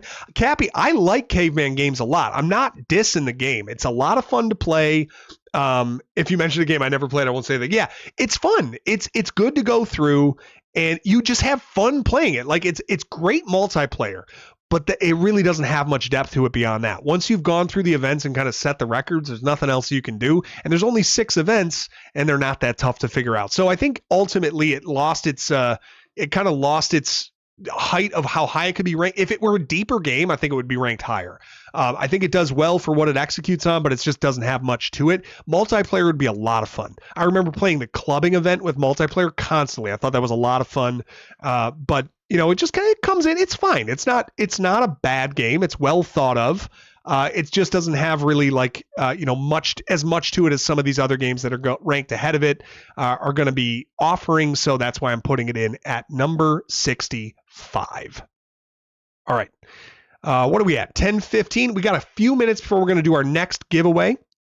Actually, we should do that now because we have 5. Actually, let's do 2 giveaways at the next intermittent break here at 10:30. I think we're going to go with that. So we're going to do 2 giveaways at the next one. We're going to do 1 water bottle, and we are going to do 1 mug at the next one, okay? Let me make sure I've got, there it is. Greg Williams, my man. All right, hang on, Greg. I'm going to give you your passcode right now. If you're still in there, let me make sure I give that to you. We're going to do this right now, just so I don't forget. All right, we got the stickers, my man. Boom. There it is. Greg Williams, if you are still in chat, check the Discord. You have your giveaway link. Your stickers can be on their way to you tonight, if you so choose. Yeah, Brunoni, the mate toss was a fun one. I like that one a lot. Oh, Sonic Neptune, one of the best episodes of the entire show. Sean Pittman hitting another one. Sean just leaking them out like a leaky faucet. Hitting Brandon S with a gifty. Thank you, Sean. Appreciate you, man. Just need more to it. Great sense of humor. It's a lot of fun, but it just doesn't have quite the depth to it that I wish it had. I joined my buddy's podcast to do an episode on this game because it's oddly proficient at it. Is that right, Cappy? Mate toss. I'm setting record with 91 foots on mate toss. You know what I'm saying? Giveaways open to people on the outside. Yeah. Well, so Jag, just so you know, the shop that we use, they handle all of the shipping. So whatever works. I believe they ship internationally. I know that, for example, Mega Cartman is in the UK and it's been able to ship over there. So hopefully it works outside the US, but the shipping is from the store that I actually hold. The store manages all the shipping. I don't manage that myself. William Holiday gifting a membership out here. Come on, Crazy Big JJ, catching that one. Thank you, William Holiday. Very kind of you for passing that out to the group. Very, very kind of you. Thank you so much. Sean hitting them, William Holiday hitting them. Thank you guys. These memberships go a long way for the channel growth too. They're not like I get these members, these memberships. I see comments that show up later after the memberships are passed out. People are very thankful for these. They want to thank whoever donated them. And I always have to say, yeah, we did it from stream. We got a lot of generous people in the community that like to pass these out, let people experience those. And it's super kind of you guys to pass those out. Let other people enjoy these. Digichef with 5. Come on, Digichef, getting in here to Wisconsin. That's a great screen name. If Nikov from, did I say that right? I think it's from. They got one. Jay Samuels, little easier to read. Bert, Hebert, and Cornophobia. Dude, thank you so much, Digichef. That's super kind of you for dropping the 5 gifted memberships on the community. You guys are great. Thank you so much. Hate the gift and run. No problem, William. Thank you for being here, man. Appreciate it. All right, so we are up to number 6. You guys are still not behaving properly. I'm going to talk to you about that later, but we're up to number 64 on our list. Now, this was one, I guess it would qualify as a puzzle game. I guess it has to be. Excuse me. Puzzle game. I found it enjoyable. Little repetitive, but I liked the variety of kind of the obstacles and enemies that you faced. Little repetitive, but not long enough that it really got stale, but it kind of got stale by the end, talking about Bugs Bunny Crazy Castle. Fun enough game, and I thought the puzzle aspect of it was kind of fun. It was different, and it kind of, there were different items that you could use to help to vanquish enemies, and there were different puzzle levels that you could figure out, all of them kind of different. And then you played about 30 levels, and then there's another 30 levels to go, and you're like, all right, I get the gist. But there are 60 levels total that you have to get through. But you get a nice ending screen, and it's kind of fun going through the whole game. But Bugs Bunny Crazy Castle was the first time I'd experienced the game when I actually recorded the video, got into it a little bit, played it, enjoyed it enough, and then was ready to put it down when the game was over. But if you haven't played it and you like puzzle games, this one's really accessible. It doesn't take too long. Excuse me. Doesn't take too long to get through or to learn. There are some challenging levels, ones that'll kind of bend your mind a little bit, but they're fun. And you can go through them and you pick them up and put them down. I think there's a password system, so you don't have to commit a whole lot of time to it if it takes you longer to get through games. I just thought it was pretty good. Dan D, thank you so much for the sub. Appreciate you, man. Excuse me. All right, so we are up to number 64. So all right, we're working our way kind of up to like well, let's see. Let's do the math here. So 61, let's assume it's 80. So 61 to 80 is the bottom 25%. So we're kind of working our way through the bottom quarter of the games that I have played, and we're up to number 63 next. This is one that was actually one of the ones that kind of put the channel a little bit on the map. It was put out right before the channel history's most popular channel. I've had Greg, I've been doing this channel for really like focusing on these NES, SNES, and Sega walkthroughs for about 2 years. So we started in January of 2024. First video I ever put out in this series was Mega Man for the NES. And I've been doing one a week for every week for the last 2 years, including streaming that started up like summer of 2024. And that's where we typically will play through longer RPGs, stuff that's like a good community game that way. So we've gone through Chrono Trigger, we went through Final Fantasy, we went through Secret of Mana, we went through Dragon Warrior. We've gone through a bunch of RPGs on the stream nights that we've had.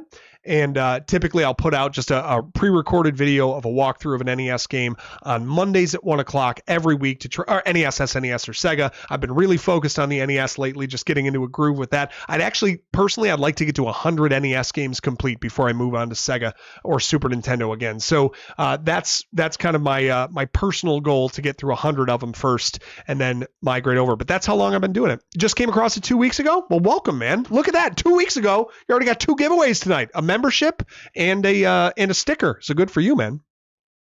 All right. What are we up to here? We just did Bugs Bunny Crazy Castle. Now we are moving on to a game that it's kind of near and dear to me because it was pretty popular, but it rode the coattails of one of the most popular videos on the channel.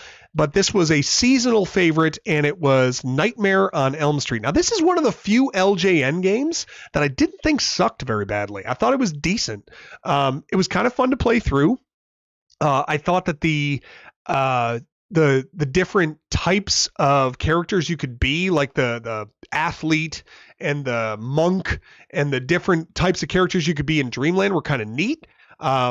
It was, it wasn't terrible. It was kind of an interesting game to get through. It was goofy at parts, but like fighting Freddy was interesting. When Freddy would be coming for you in Dreamland, that was straight up creepy. I thought it was a pretty well executed game, despite it being LJN and a movie game. I thought it was better than most. Like a Tiger Woods putt at Sawgrass, it was better than most that come down to that. What am I saying? That come out of LJN. I just thought it was in the upper tier of the games that they typically release. Oh, that's right. The Street Fighter 2 competition, Sean, you're right. At one point, there was some momentum around that. I just haven't had the time really to get into it, but I certainly encourage anyone who's in the Discord to hook that up. Yeah, it is. It's different. It's fun. And it's a little bit like, it's not a maze really, but the first 3 levels are kind of random where you have to go. You go into the different houses on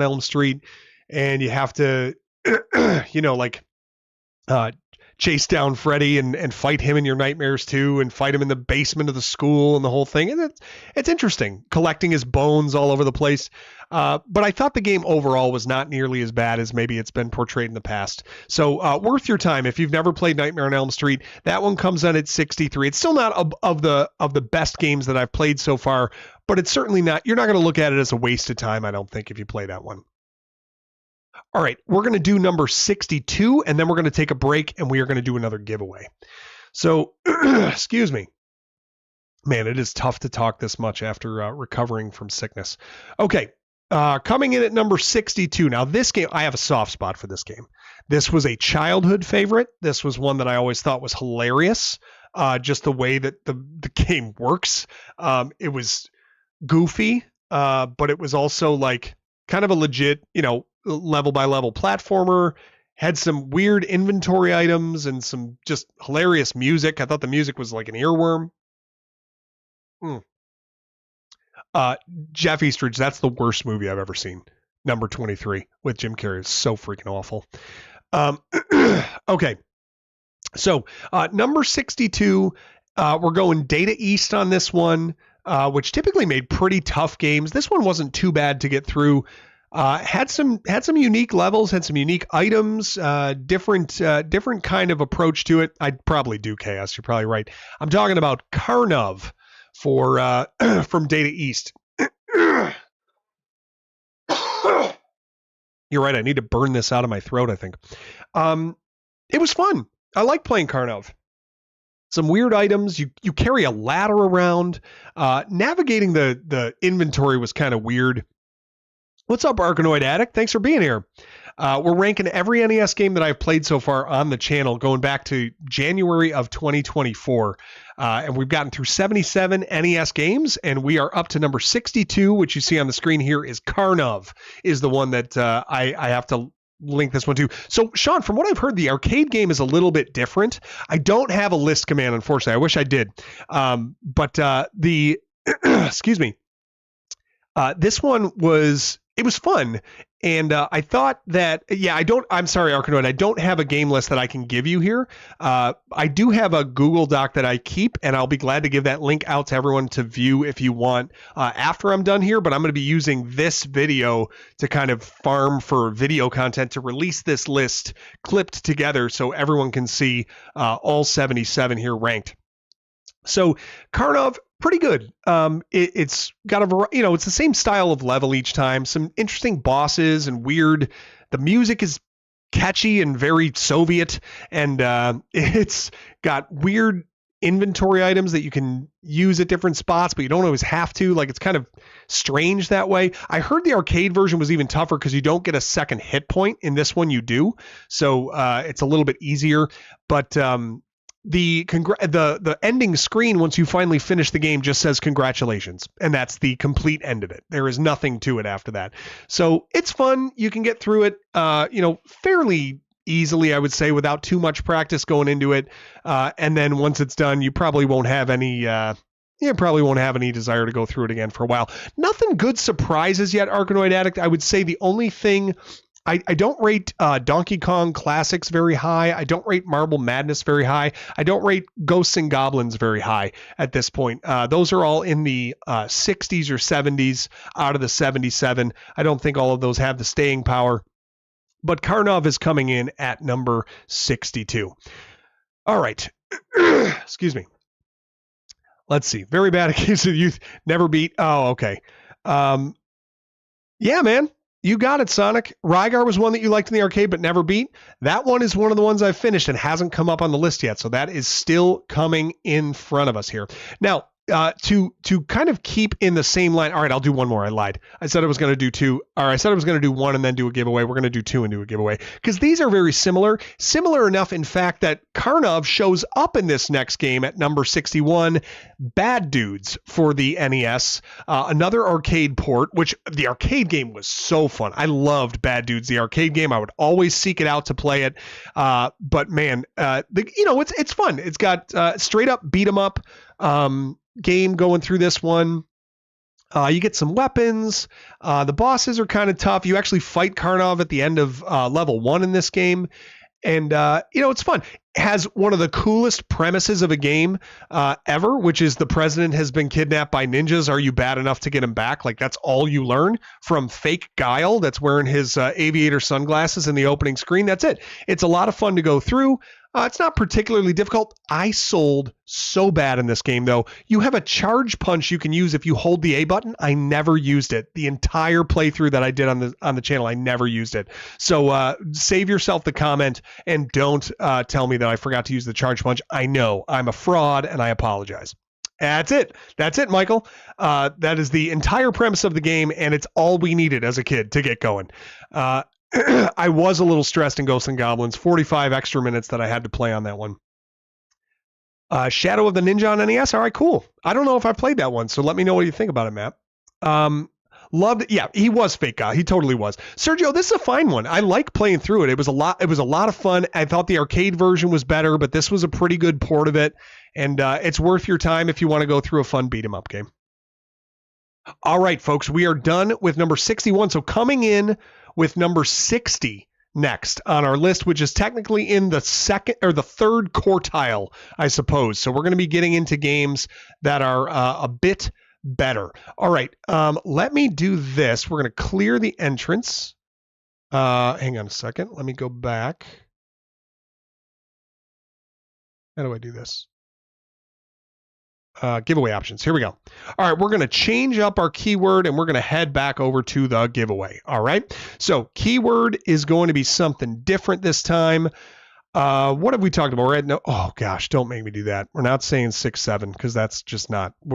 That's not this channel. That is not the audience that watches this channel. They don't know what 6, 7 means.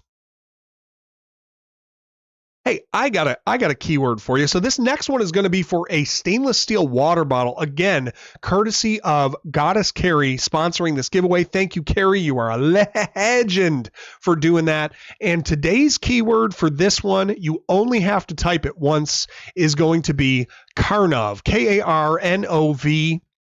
You only, hang on, don't do it yet. Don't do it yet. Resetting all entries. Okay, starting now, go ahead and type in the word Karnov to the YouTube chat if you want to be included in the giveaway. This is for a stainless steel water bottle. Again, rules are you are going to need to be in the Discord. The Discord link has been posted by Chaos multiple times. It's also available on our YouTube homepage. If you go to the links at the top, you can see the homepage. Excuse me. You can see the homepage links that are available, and you can join the Discord from there.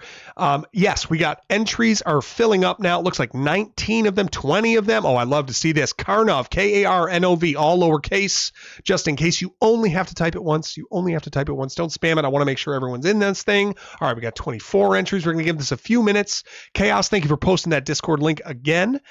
We are going to make sure that you are in the Discord. You're going to have to send me a DM to request the giveaway code when you get there. So very nice, Jeff. I like it. Thank you. Do you sit in the back row in class too? Do you throw spitball? Do you spit spitballs at people too? Such a joker. Von Rack.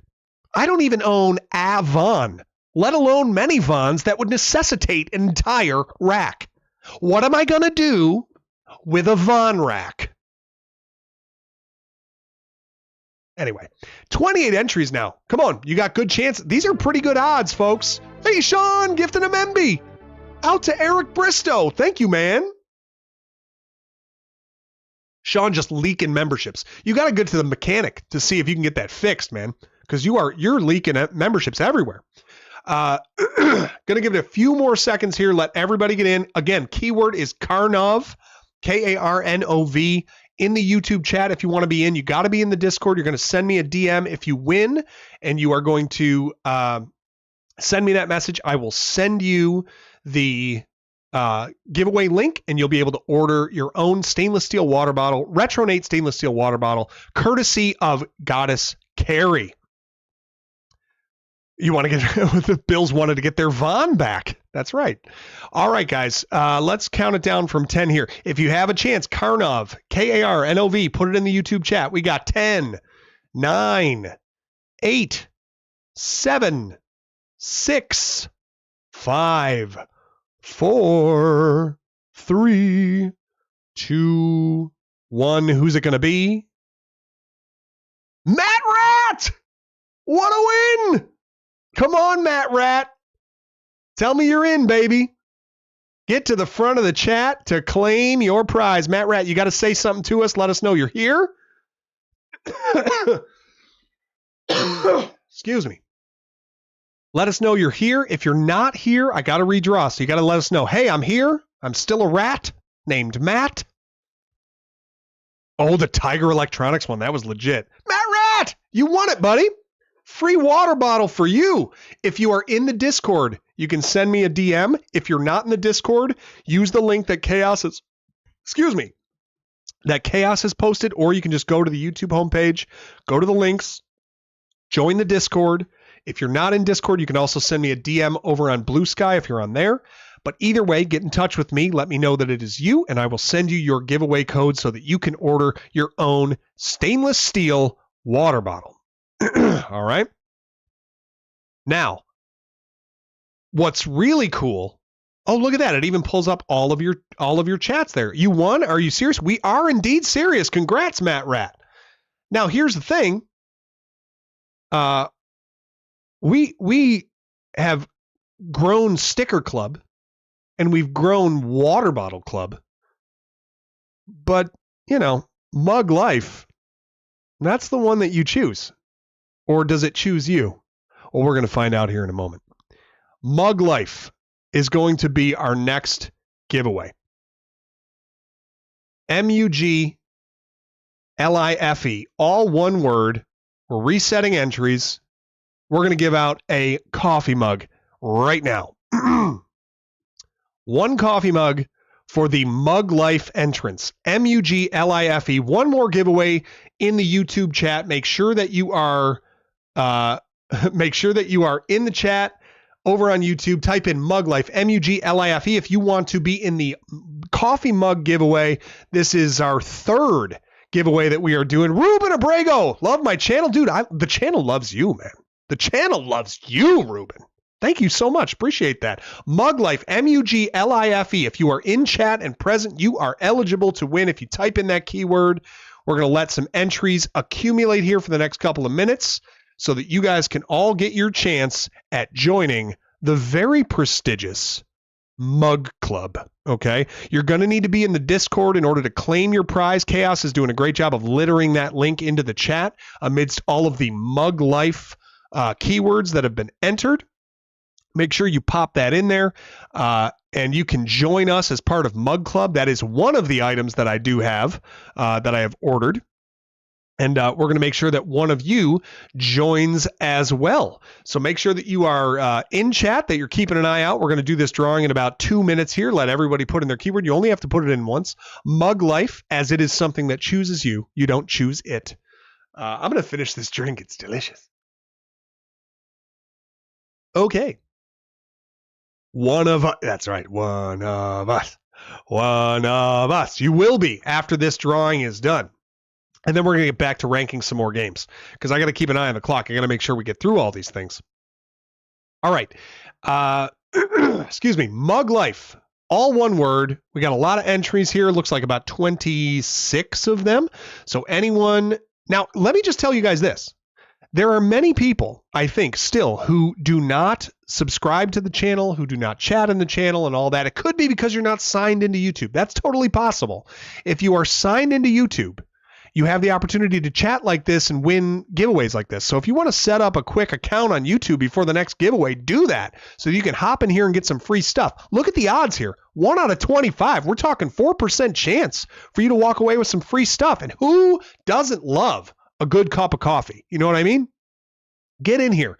It takes 2 seconds. Everyone has an email. It's free. Who doesn't have a YouTube account? Who doesn't have a Gmail account? Just sign into YouTube, you weirdo. Get into the chat, type in Mug Life, and try to win some free stuff. Gosh. Jeez. Okay. Man, I bet my coffee will taste great in it. Dude, you have no idea, Tom. Everything it's sweeter or more bitter, depending on how you like your coffee. It enhances the character of the coffee itself. Trillion, I don't know. I missed my calling. I actually went to school to become a sports center anchor. That was my dream back in the day. But as we all know, when dreams go the way of the dodo and they die on the table, calling a code, and you buy a Ford Taurus and you give up on all of your life's hopes, you settle into this. That's kind of what happens. All right. All we ask for is a like. Charlie Zulu, what's going on, man? Ooh, a mug soda. Mug root beer makes sense. Oh, Brandon getting in this gift last. All right, come on, Brandon. Listen, I'm telling you, Brandon got in here late, and I'm kind of digging his chances because he got in here. Actually, it says he's in here first, unless this is in reverse order. Maybe it is. Oh, it is. I think it's in reverse order. So Brandon getting in here late, I kind of hope he wins because I think maybe he set up an account just because of my little rant there, and I kind of want him to win. All right, 29 entries are in. Let's get this thing going. All right, 10, 9, 8. I had a Ford Taurus too. It was great when it worked. It didn't often, but when it did. All right, 10, 9, 8, 7, 6, 5, 4, 3, 2, 1. BR Hensey coming away with the Mug Club. BR Hensey. Bum, bum, bum, bum, bum, bum. Go ahead and drop something into the chat. We are not kidding, BR Hensey. You are the Mug Life. Aren't you already a part of Mug Club? Are you double fisting Mug Club? This is greed. This is unfettered greed. This is corporate greed, BR Hensey. What are you doing to me? No, well deserved. I don't even give a crap, man. I'm glad that you win it. Thank you so much for being here. Make sure that you are in the chat and Discord. I think you already are. Yeah, I need to send that out? Send it out to who? You want me to re-roll? Are you why did you enter if you don't want to win it? You did give it away again. Why'd you enter? Okay. See how it works is the train moves, not the station. Just don't win it. Don't enter if you don't want to win it. All right. I never claim we have the brightest audience. Here, I'll enter for a mug that I already have. Because now you could say now this is just your philanthropy. You just want to be known for your generosity. Well, thank you, man. Let's re-roll it in 3, 2, 1. Luck Jackson! There you go. Luck Jackson's a worthy recipient of a mug. Oh, and Curtis via BR Hensey. This is like when draft picks get traded through other teams in the draft. Luck Jackson is going to win a mug via BR Hensey. But hey, it all drinks the same. Luck Jackson, you in the building with us? Are you still here? He voted for Von Rack. Brian just wanted to flex on us. Brian, thank you. That's very kind of you. Luck, you got to claim that for us, buddy. If you're in the chat, go ahead and say something to us. Otherwise, I got to re-roll again. Come on, Luck. A winner is me. Yes, you are, dude. And I know you're already in the Discord. So send me that DM and I'll send you your link. Let me check the Discord here too. Make sure that I got the links for you guys as well. Your water bottle and your mug. So let me go in there and do that. Oh gosh. All right. Let me see what I got going here. Matt Rat. All right. Where are my DMs here? All right, I don't have DMs yet from Luck, and I don't have DMs yet from Matt Rat. So, Matt, if you are in the Discord, make sure that you get in the Discord and send me a DM. And then, Luck, I will go ahead and send you one once you send me a DM to get that chat started here. Hang on. Maybe I have one with you already. Do I have one with you already? Oh, Greg Williams. Oh, there we go. All right, got you. I already had you, I think. Where are we, man? BR Hensey, what are you doing, man? I'm going to win this mug that I can't use because I've already used it. Where are we? I feel like I've talked to you before, Luck. Let me just send that to you. Not lick. That's very different. Yeah, hang on a second. There you are. Let me send you the message. I already got you, dude, so I'm going to send that to you. All right. There we go. All right, so let me get your mug link here. I'm going to send that to you in the Discord. And then we got to get Matt Rat in the Discord so we can give him his giveaway link. And then we are rolling, baby. Wait a minute. There we go. Link copied. Luck. There you go, dude. Your link to your mug is in our DM conversation. And then Matt Rat, you just got to get in the Discord, man, and we will go ahead and get you your water bottle. Whew. Okay. We got traction on that too. So if I don't hear from Matt Rat or something like that, we'll make sure that we get we want to make sure that we get it to the right people. Matt, if you need any help getting in there, just let me know and we will we'll hook up and make sure that you get your item. Appreciate you guys. Guys, every giveaway we've had so far tonight has been courtesy of Goddess Carrie. So big thanks to Goddess Carrie for all of that generosity. So kind of you. You're the best. It's been so great just having you hang with us and be a presence in the stream. It brings me a calm and a peace when you are here. Appreciate the hugs you hand out to everybody. You're the best, Goddess. Thank you so much. All right. You have DM me. I sent you the vendetta. That's true. You did. So I just sent that to you, Luck. You should be set from there. Well, yeah, not lick. That's different. Wait a minute. Delivery. Giveaway. Emilio, what am I missing? Send Nate. Oh, yeah. Matt Rat. Send me a DM on Discord and that'll help. Exactly. So you send me a DM on Discord.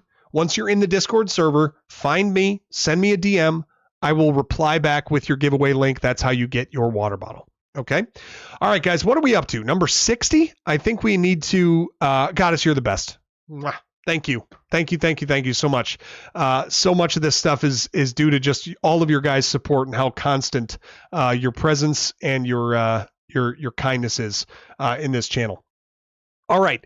We're resetting entries. We'll do those later. And now we are going to get into number 60 on our countdown of the top 77 games that I have played so far.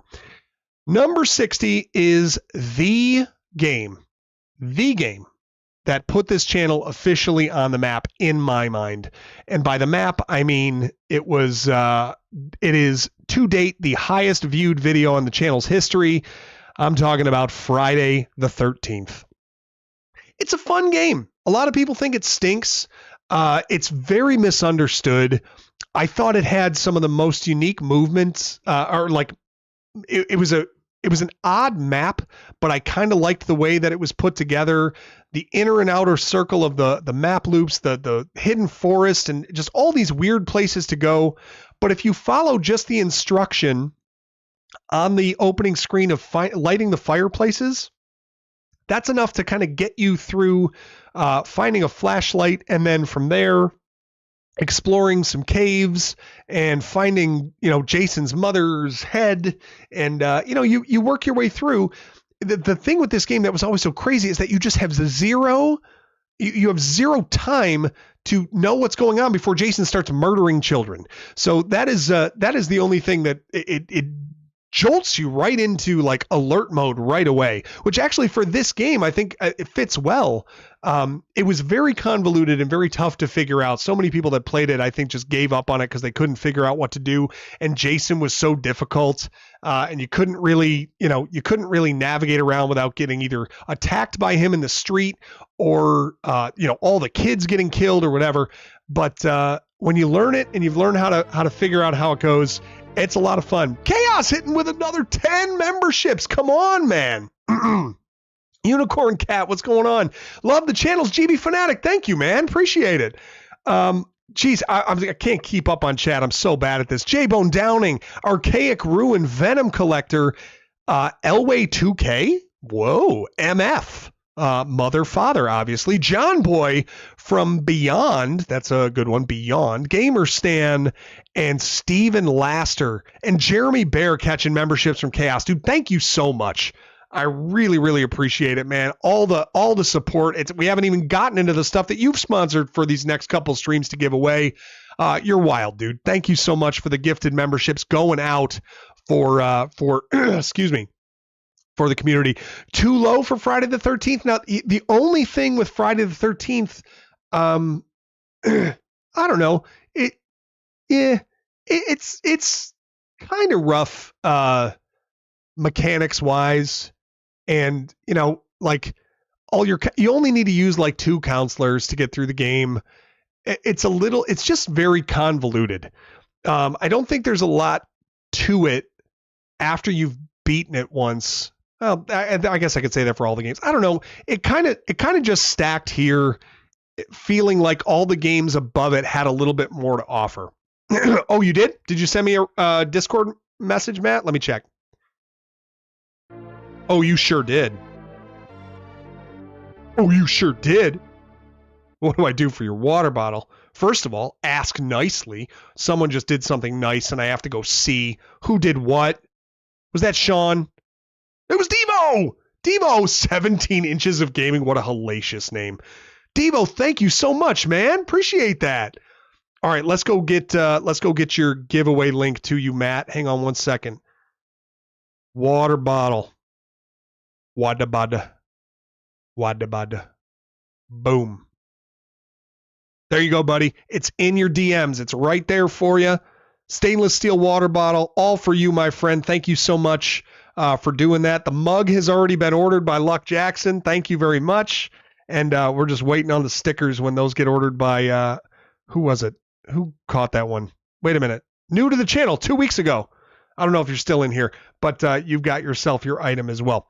All right. 3 giveaways have all been sent out. Yeah, I don't know. 60 to me is still reasonable for where this sits. It's in the third quartile of games that I've played to this point. I just thought the games above it have a little bit more to offer. This one's fine. It's weird. Like the rules for getting a better weapon, the rules for getting medicine is just like jumping around randomly. And I don't know. It's got flaws. I mean, I can't sit here rated too low. Well, you got to see the ones it's up against, I suppose, because to me, all the ones above it are worthy of being so. All right, I'm not going to spend more time on Friday the 13th. Still, however, the most viewed video in the channel's history, just over 100,000.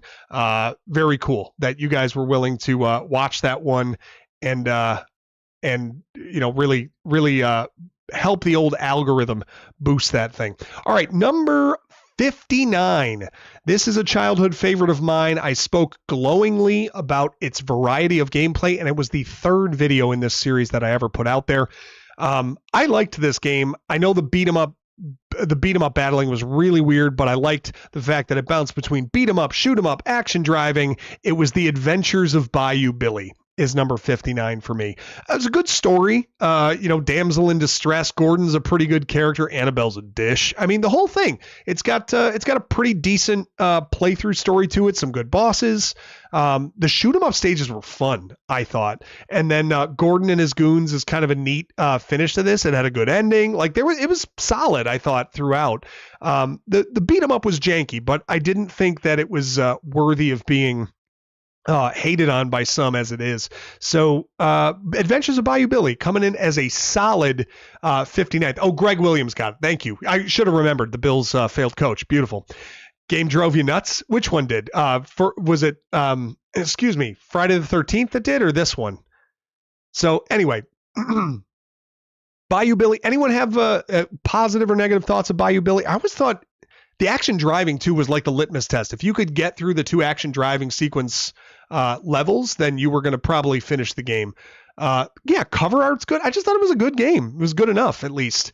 Comes in at 59. I think we've got some pretty good games above it, but certainly to me, this one passes Friday the 13th. The game you're better at Captain Nemo, the Game Master, the Dream Master. Yeah, possibly. The Japanese version's better, John. I don't know if I've ever seen that one. All right. So Adventures of Bayou Billy, I think worth your time to try if you get a chance to. Michael DeSaro, Unicorn Cat, LJM was bought by Acclaim in the 90s. Oh, got it. So the Acclaim games, that makes total sense because these Acclaim games are pretty rough later on. Didn't realize that. Could never get past the second level. What was the second? That was the shoot 'em up stage, right? With the helicopter and stuff. Yeah, there was a learning curve, but I didn't think it was too bad. All right, moving on to number 58, and this is one that I played super recently. We're talking still catching a little bit of the algorithm bump, and perhaps for good reason. This was a pretty convoluted game that a lot of people were confused about, and the fact that I understood it now kind of intrigued people. We're talking about Rambo, which I was urged to play for a while, I think by Guitar Slinger 87, who had said we got to get some Rambo playthrough on here. Well, sure enough, I did, and sure enough, they were right, because it's doing pretty well in the algorithm right now. But this was it was weird to get navigating around, but once you did, it was fun, and there was a bit of depth to it. Slashing bugs with your knife is boring and stupid, and it seems silly that a machine gun wouldn't do as much damage as a knife, but here we are. Divine Dragon in the building. What's up, man? Over on Twitch. How you doing, my friend? It's good to see you, buddy. We are ranking every NES game that I have finished so far on the YouTube channel, Divine, and we are up to number 58 out of 77 with Rambo. I don't know if you ever played this one, but let me know if you did. Rambo is the knock of Zelda 2. A lot of common mechanics. It was definitely a rip of that game, but you know, even a rip of that game, when you like Zelda 2, it's still decent. So anyway, Rambo I thought was, you know, it had some fun cut scenes. It followed the story of First Blood Part 2 pretty well. And excuse me. Oh, you liking those, Divine? Thank you, man. Appreciate it. I'm having fun doing it for sure. So yeah, we are at 58. I think Rambo comes in there. Even after you finish the game, you get kind of like the cinematic ending too. There are a couple of endings you can get. I didn't even realize that if you leave Ko, who is your friend in that game, like the lady or whatever, if you leave her alive, if you don't talk to her at that certain scene in the game, you have a different ending itself. So that's kind of interesting. They got multiple endings there. Sonic, have yourself a good night, man. Thanks for being here. Appreciate it. It's an interesting game. It was different. This was one that my cousin played a lot of, and he couldn't even figure out how to get out of the hangar. Just a really weird navigation system for the game. It's a bit of a map, or a bit of a maze. Someone said it's more like Metroid than Zelda 2, and I get that because the navigation is kind of like Metroid that way. But an interesting game. Worth your time. It's different, the way that it plays. All right, we are up to number 57 now. And I might get a little heat for this because I really did like this game, but it was kind of, I got to say, it was a little bit of a letdown at the end. I thought it built up a bit. It was simple to get through. It was kind of repetitive the way that you got through it.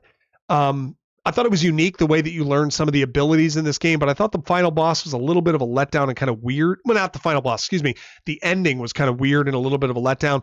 Wrath of the Black Manta. This was another video that did pretty well on the channel, and a game that so many people rented.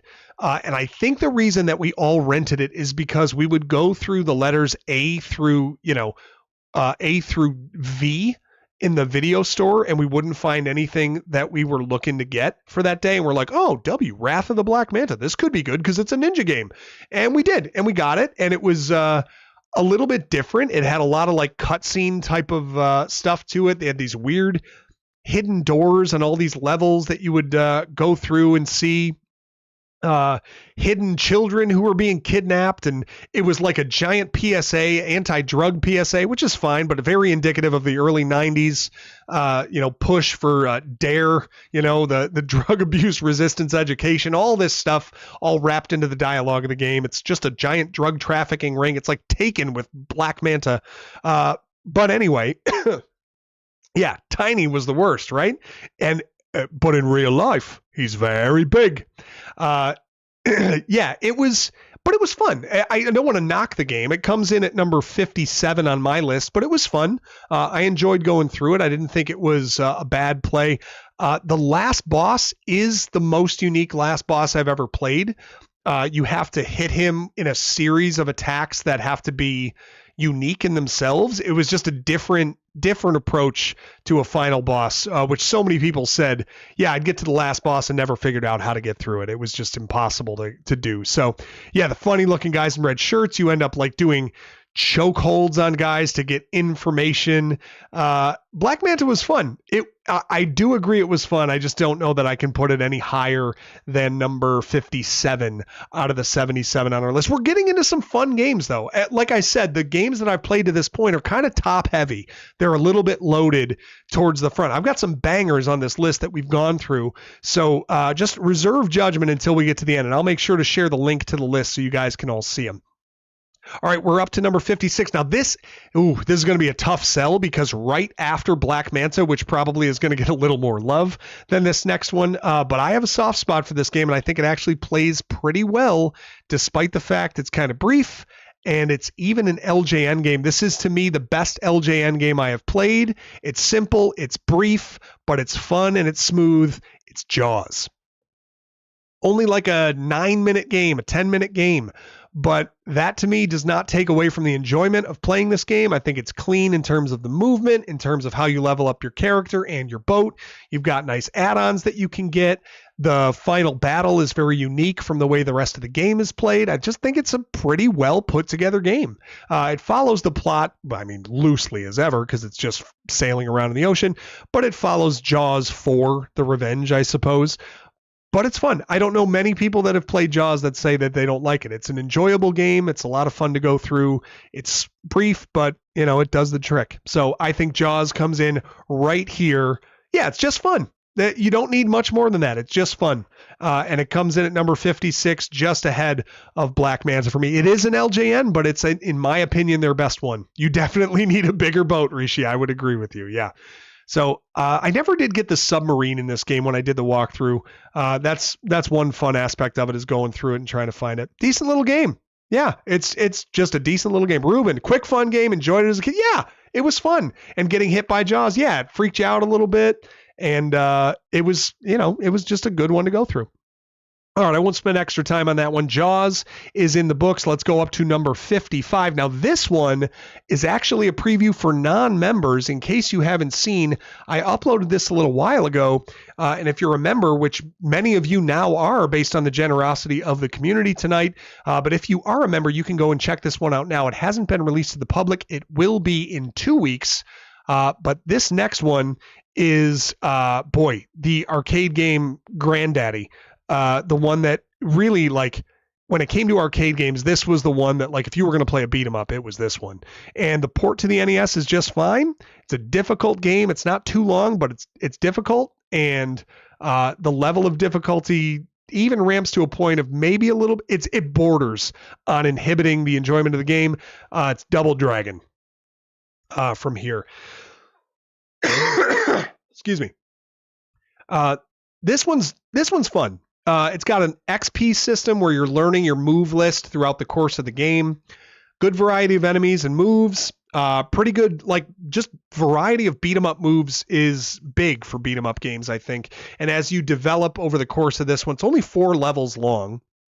But as you develop over the course of this one, the different moves that you can execute and use to take care of your enemies and stuff like that is, it adds some variety to it. It's very difficult to get through. The last 2 bosses, Machine Gun Willie and then I don't know, Jimmy Lee, Billy Lee, whatever. They're tough. There is some kind of cheese techniques to getting through them, but they are tough. If you don't know any techniques to getting through them, the video will help you to do that.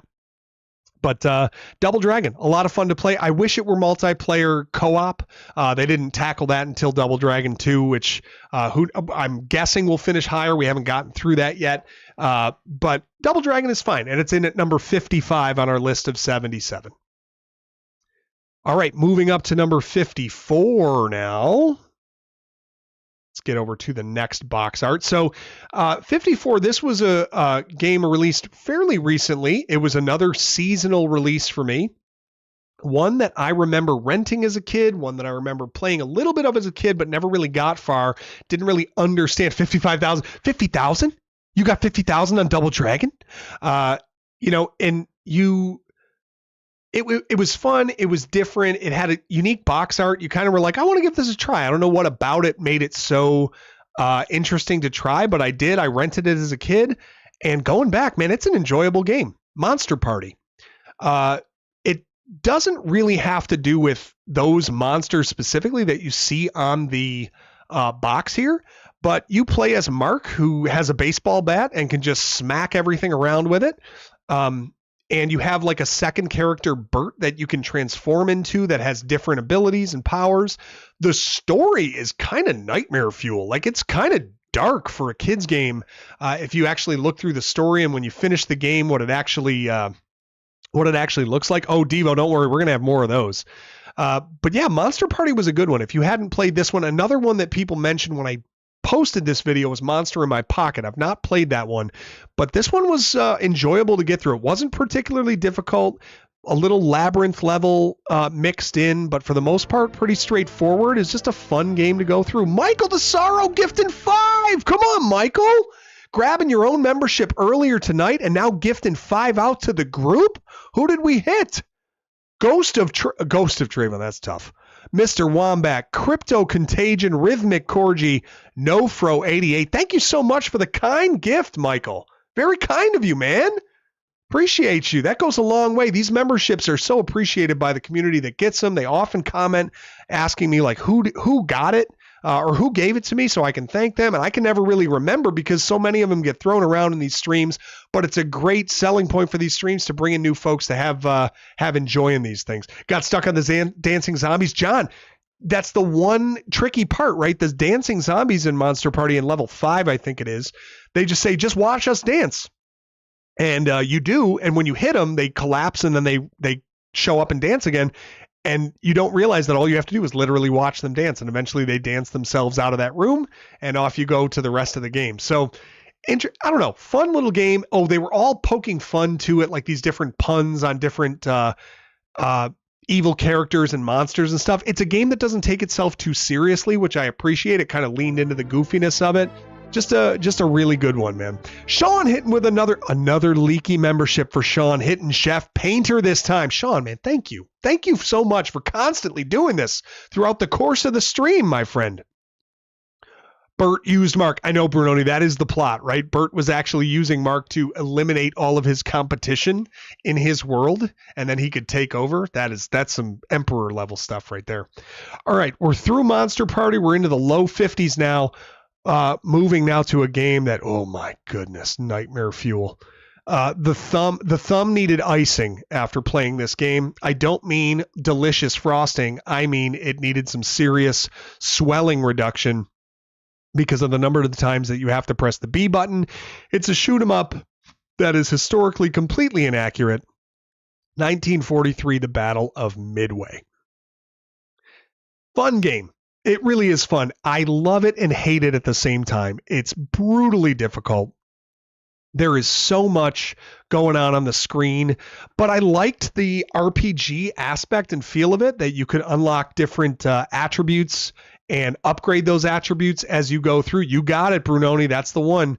I like that you could upgrade the attributes. I like the strategy in upgrading those things as you go through, depending on your play style, what you think would be of most advantageous to you. I thought that just allowed for some flexibility. The game is simple enough, like shoot down the other planes. It just gets so difficult that for some reason, I didn't find it taking away. I took it as more of a challenge to get through. But I could definitely see it being one that just kind of, turns people off by the end of it. But it has enough levels that are easy enough, it kind of draws you in, right? Like Battletoads, for example, is so tough from the beginning, or Ghosts and Goblins, for example. It's so tough from the beginning, and it never gets easier, that I could see that turning you off very early. 1943, they at least bring you in a little bit. You could probably play through, a few levels, and then all of a sudden it ramps up and you're like, maybe I can go back and try that again.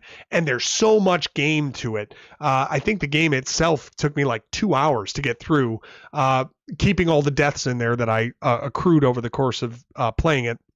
But yeah, 1943, a good game, a hard game, and coming in at number 53 on our list. Now, in the same vein, we're going to touch on another shoot 'em up game that really kind of sat idle for a while. As far as on the list, it never really moved up or down as I added more games. It kind of just hung where it was. I loved this game as a kid. It was another, Konami classic, Life Force. otherwise known as Salamander, I think, in Japan. Another tough shoot 'em up game. Yo, Dodger Cole, thank you so much for the sub. Appreciate it. I was dying on that one, Divine. It was really tough to get that one. The anxiety music is brutal. Yeah, the thumbs needed some R&R afterwards. Life Force, not as much. You don't need to press the B button as often as this one because you get some automatic lasers and some different power-ups. I loved the power-up system in Life Force, very similar to Gradius, which I haven't covered yet. But the ability to define what upgrades you want over the course of the play just made it a lot of fun, kind of interesting to go through. I thought, Life Force, and the graphics and the music are great. Level 3 is an absolute bear. I hate level 3. But you also do have the Konami code if you really want to, kind of pad yourself with a few lives. Yeah, you named it, Ruben. You can use that if you want to. I didn't in the playthrough that we did. There are accessible extra lives if you get good at the first couple of levels that maybe you can kind of make it through. It was a good one. It was really tough, but a good one. And I really like the last boss, kind of a cool feel. I like how it slows down. It builds up to the last boss battle. Kind of a fun one. Yeah. Oh, you did, Sergio? Good for you, man. That's awesome to hear. Yeah. Liked Life Force a lot. That comes in at number 52. All right. Someone mentioned this one earlier in the night. Hope that this is on your list. Well, I've got good news for you. It is coming in at number 51. A very well put together puzzle game, Adventures of Lolo. Now, the only thing with puzzle games for me, puzzle games kind of have a cap. I don't think puzzle games can kind of reach they're like the easy vault. Like you can do a puzzle game really well. And I think even if you do, you have kind of a cap of how good your game can be. I think Lolo was great. I thought it was really good. I liked the variety of levels. I liked the challenge that it offered. It had wonderful music. It had good level design. It was fun. I really don't have anything to say badly about it. 50 levels to test your brain and your head and your mind as well.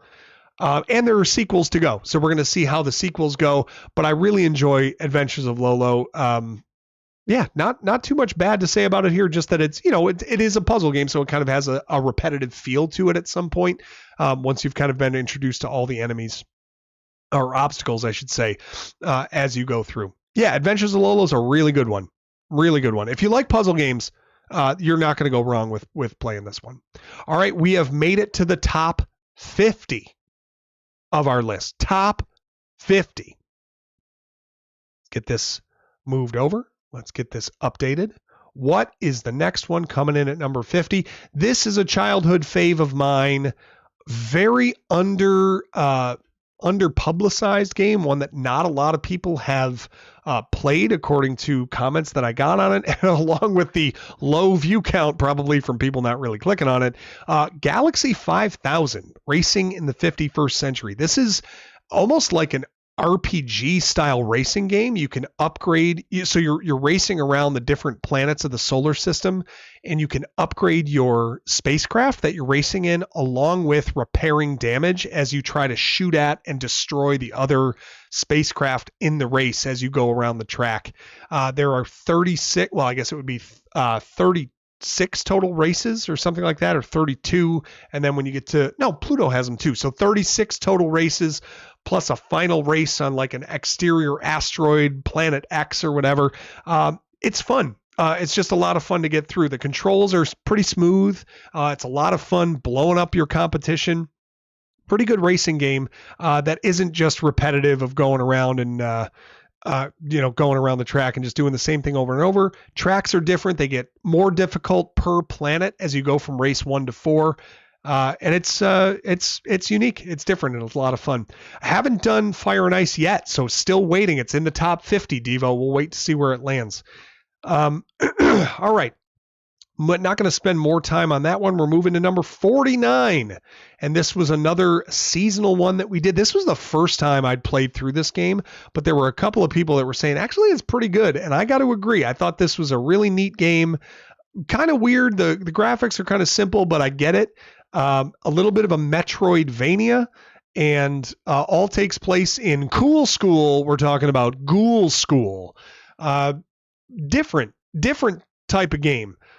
Collecting both different types of weapons, along with different types of shoes that give you access to different areas.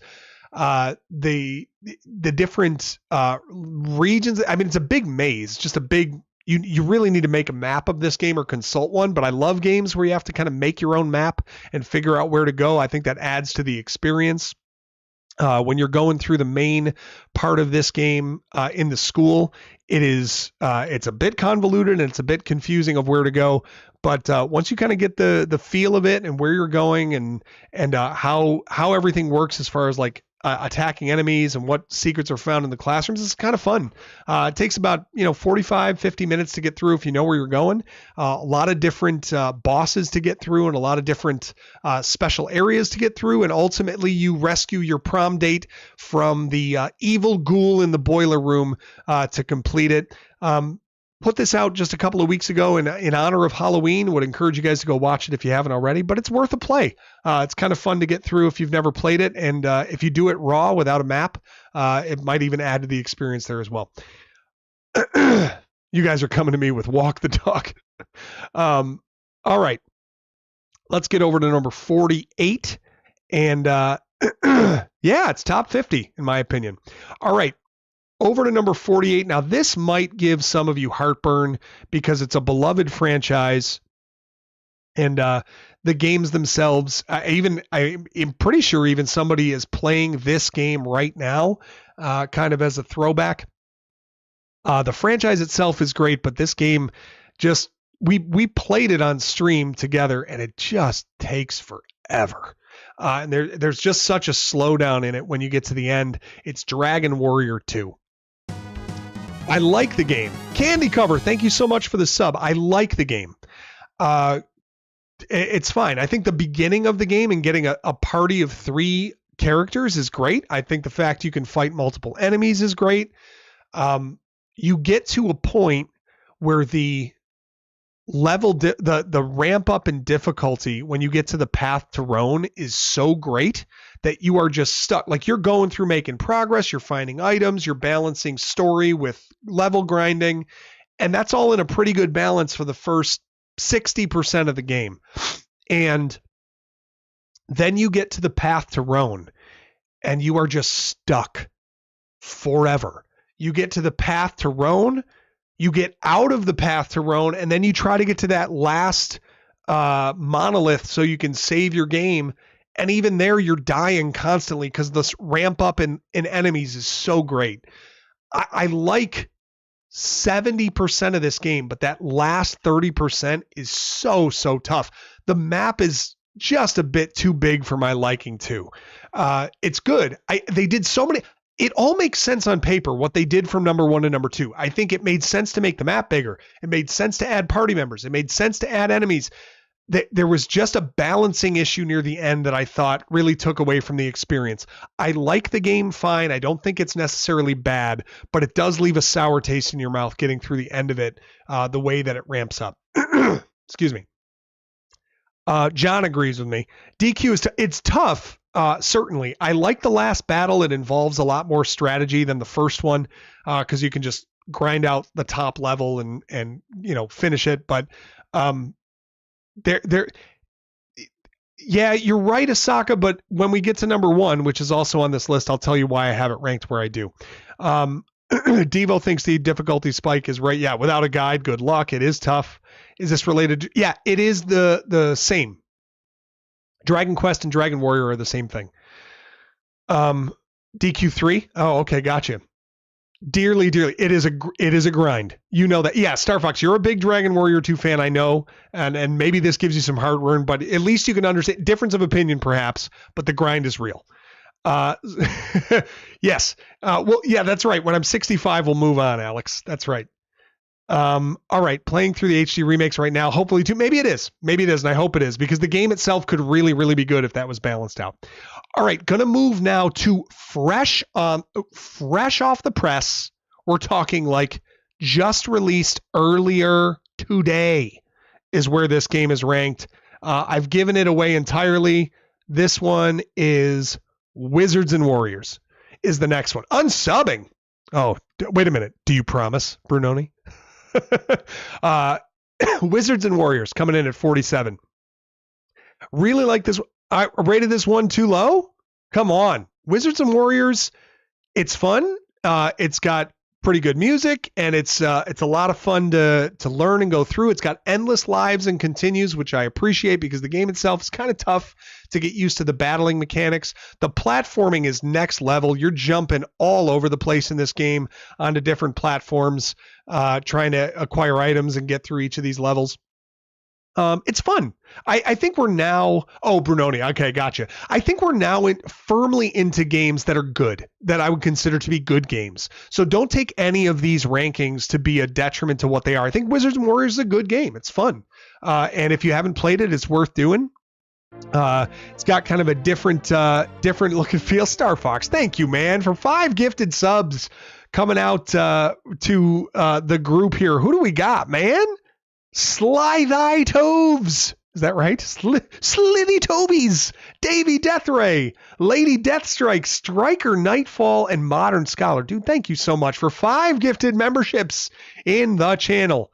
Wizards and Warriors is a decent game. You played this one. Need to see the video. It hasn't come out to the public yet, Brunoni. It's members only right now. It should be coming out December 8th. We are 4 videos ahead of schedule. So we are planned up through mid-December right now in terms of a release schedule. But just finished this one recently. It's fun. It's a good one to go through.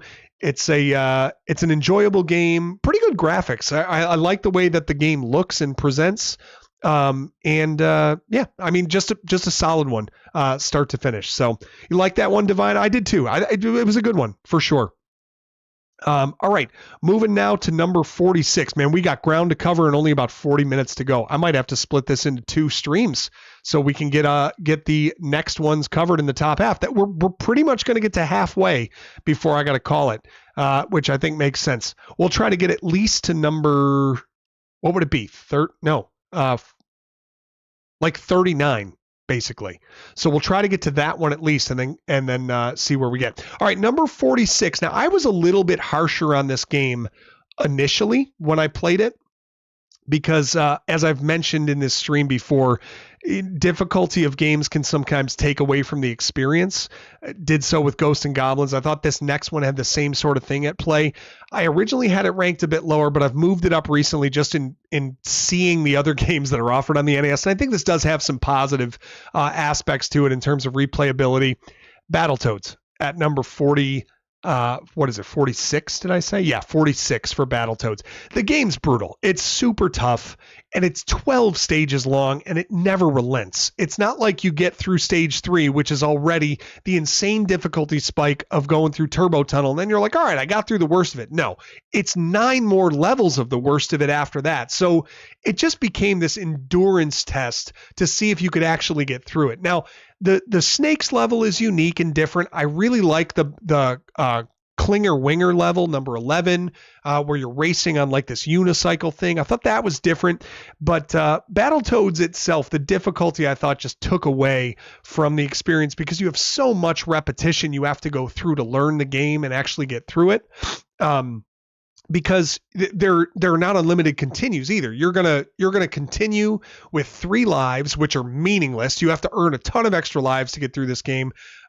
But you're going to continue with 3 lives from wherever you die, and then you get 3 continues and you're out. So you have a lot of replaying those first few levels and constantly refreshing and repracticing those first levels to extend how far you can get in the game.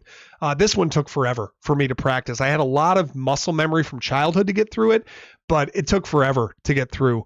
And it will take you forever to get through if you're not familiar with it. Couldn't get past Turbo Tunnel. Yeah, it is super tough. Infamously brutal. It has its good moments, but because it just makes it so painful to try to get through. With the warps, yeah, it's possible. You can warp in the Turbo Tunnel if you want. That gets you through to like level 5. And then there are a couple more warps you can utilize if you want. It's fine. There are some good aspects to it. The music is all right. The graphics are pretty good. The battling is fun and interesting. The surf level did it for, yeah. But Divine, you're not even halfway through the game at the surf level. I mean, consider that. You've got 7 more levels after that. So like, and think of all of the blood, sweat, and tears it took to get there. So I just thought that that took away a bit from the experience of the game. It's still got good aspects, but it comes in at number 46 on the list. And in a similar vein, another game that I was fairly mean to, but then looking back, kind of appreciate the way that it's constructed because it's different in how it presents just as an overall game, is Teenage Mutant Ninja Turtles. It's not a Turtles game that I prefer. I definitely prefer the beat 'em up styles of 2 and 3. The fact that it's not multiplayer really sucks, and it's brutally difficult. Don't kid yourself or say that it's easy. It's not. The dam level I didn't think was that tough, but the party wagon stage was insanely stupid and tough because there's only one door you actually have to go in, but there are like 10 doors that you can go in. And then you get to like the sewer maze, and then you get to the, it's just relentless. And the Technodrome's last hall is the worst. That you have to use basically a despawn glitch just to get through it, unless you want to sit there for an hour and load up on scrolls. But that all said, switching turtles is an interesting mechanic. And loading up their lives individually, getting their sub weapons individually is interesting. They all have different weapons that have different assets to them. I did think it was stupid that metal swords that are sharp as a razor are the weakest enemy in the game, or weakest weapon in the game, when a wooden stick is the strongest. But hey, let's not split hairs, I suppose. It's got some variety. The swimming, the dam level is different. The party wagon level is a little bit different. The overworld, at least. Some brutal difficulty spikes in there. The stupid spiky boards that are closing on you in area 4 are stupid. If you're not pixel perfect on those pits to fall down, you die. So, it's got certain flaws to it. Its difficulty spike, I think, took away from it, but overall, it's kind of right in that Battletoads area at number 45. All right, and since we're in the realm of difficult games, I might as well just get this one out of the way too. Now, this is one I think a lot of people enjoyed a bit more, but I don't think the people that enjoyed it a bit more actually got very far in it, because it is just as tough as Battletoads or TMNT, in my opinion. Little Nemo the Dream Master. This game should be cartoony and fun and accessible, and it will absolutely crush your soul. It is so tough to get through this game. You have to get through 7 levels in order to just get to the point where you actually get a fireable weapon.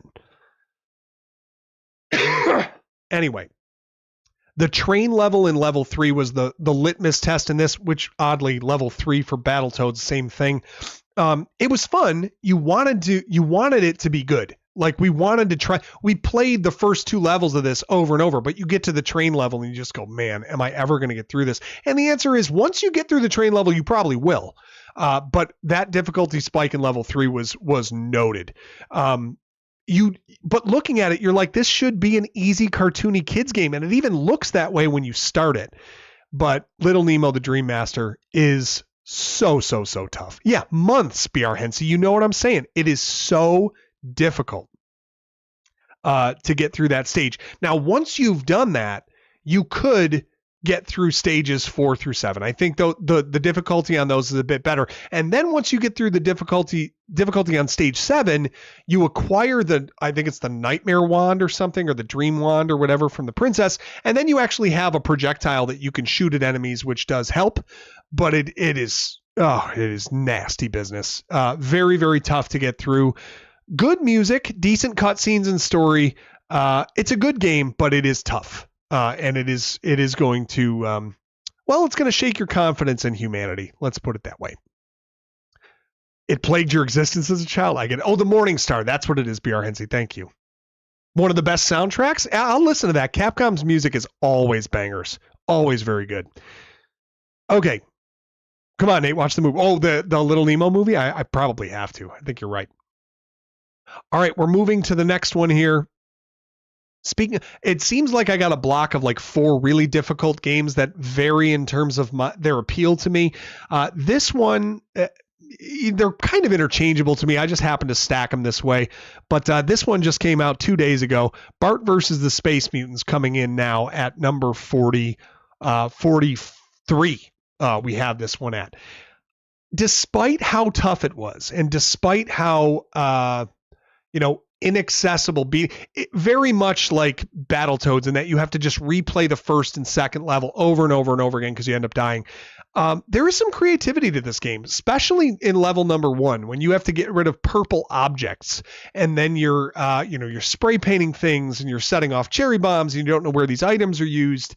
And when you're skateboarding and you're setting off rockets for Jebediah Springfield to knock the parakeet off his shoulder, like all sorts of stuff like that is very different and very unique.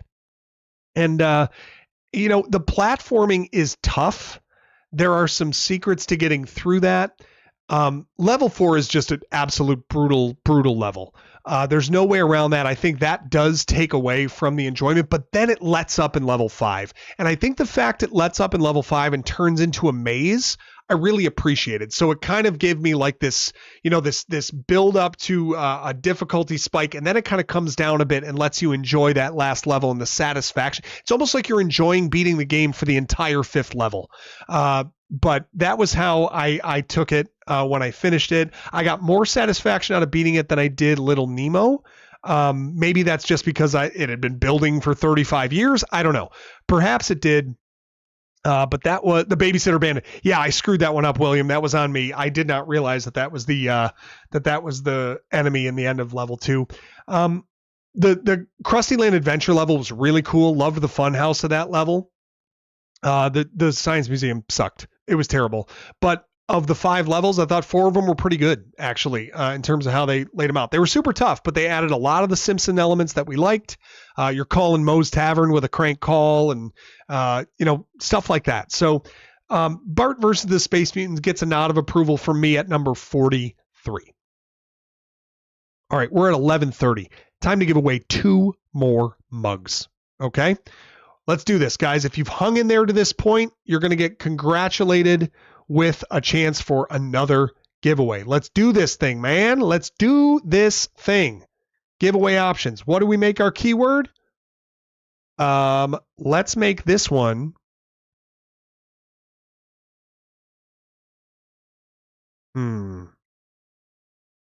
Mugonomics. Okay. Muganom. No, that's that tough. Let's go Mugonomics. I don't care. If you can't spell, you can't drink out of a mug. Mugonomics. Muganomics. Make sure to type it the right way and you will be in. See, Jeff Eastridge can do it. Snivy Wizard Natty can do it. Mugonomics. Muganomics. We have moved over, guys, to the sponsored items from...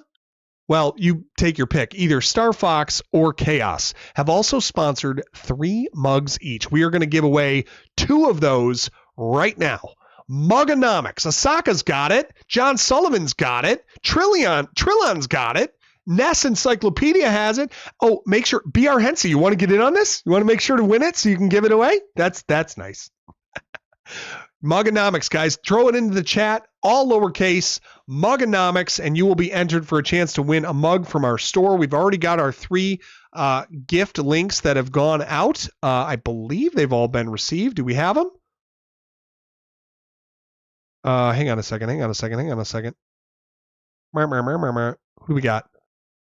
Oh, you ordered it. Matt Rapp, my guy. I'm glad you got it, dude. All right, Matt Rat is ordered. Everyone's ordered their first giveaways. Now we're talking. Get Mugonomics in here. No @ symbol. Make sure it's in there just on. Oh, Divine, you got to get over on YouTube, bro. Divine, get over on YouTube.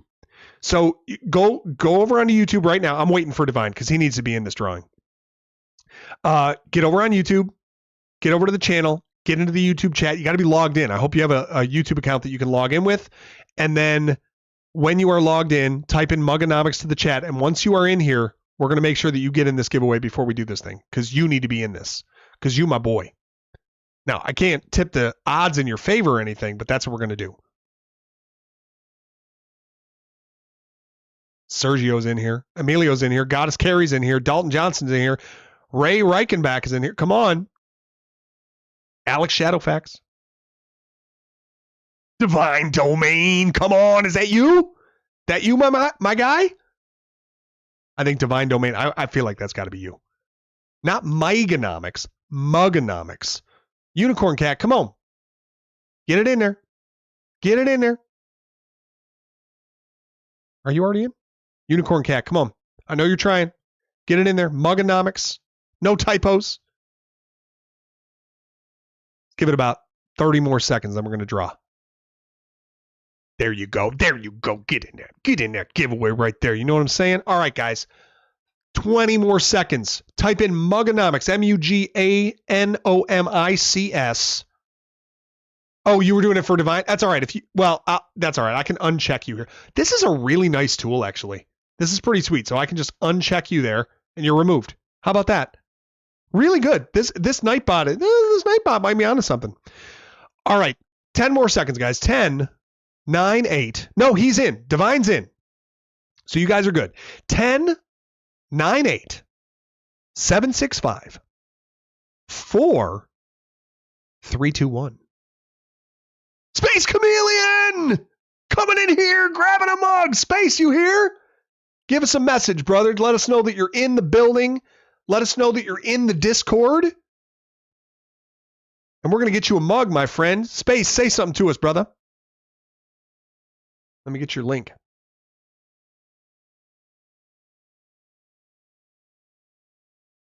Promotions. Giveaway links. We giving away links. We're going to use this one. Why am I talking to myself? Copied. All right, I got it. Come on, he's here, Space Chameleon. Let's go. You in the Discord, my friend? I hope so. If you are, then you are good, man. You got to get in here so that you can claim your prize. If you're not in the Discord, Chaos, just drop the link in there. Chaos, hear me out. Let's do a rain check. Let's do what you suggested next time. Does that sound good? That way I'll have time to set up the cord. We can get the conversation going, the whole thing. We might even have Chaos joining us as a special guest next stream for some of these giveaways and conversation. All right, that was what we were going to try to hook up, but I just haven't had the kind of time and space to get that hooked up. So I'm going to take you up on that rain check, my friend.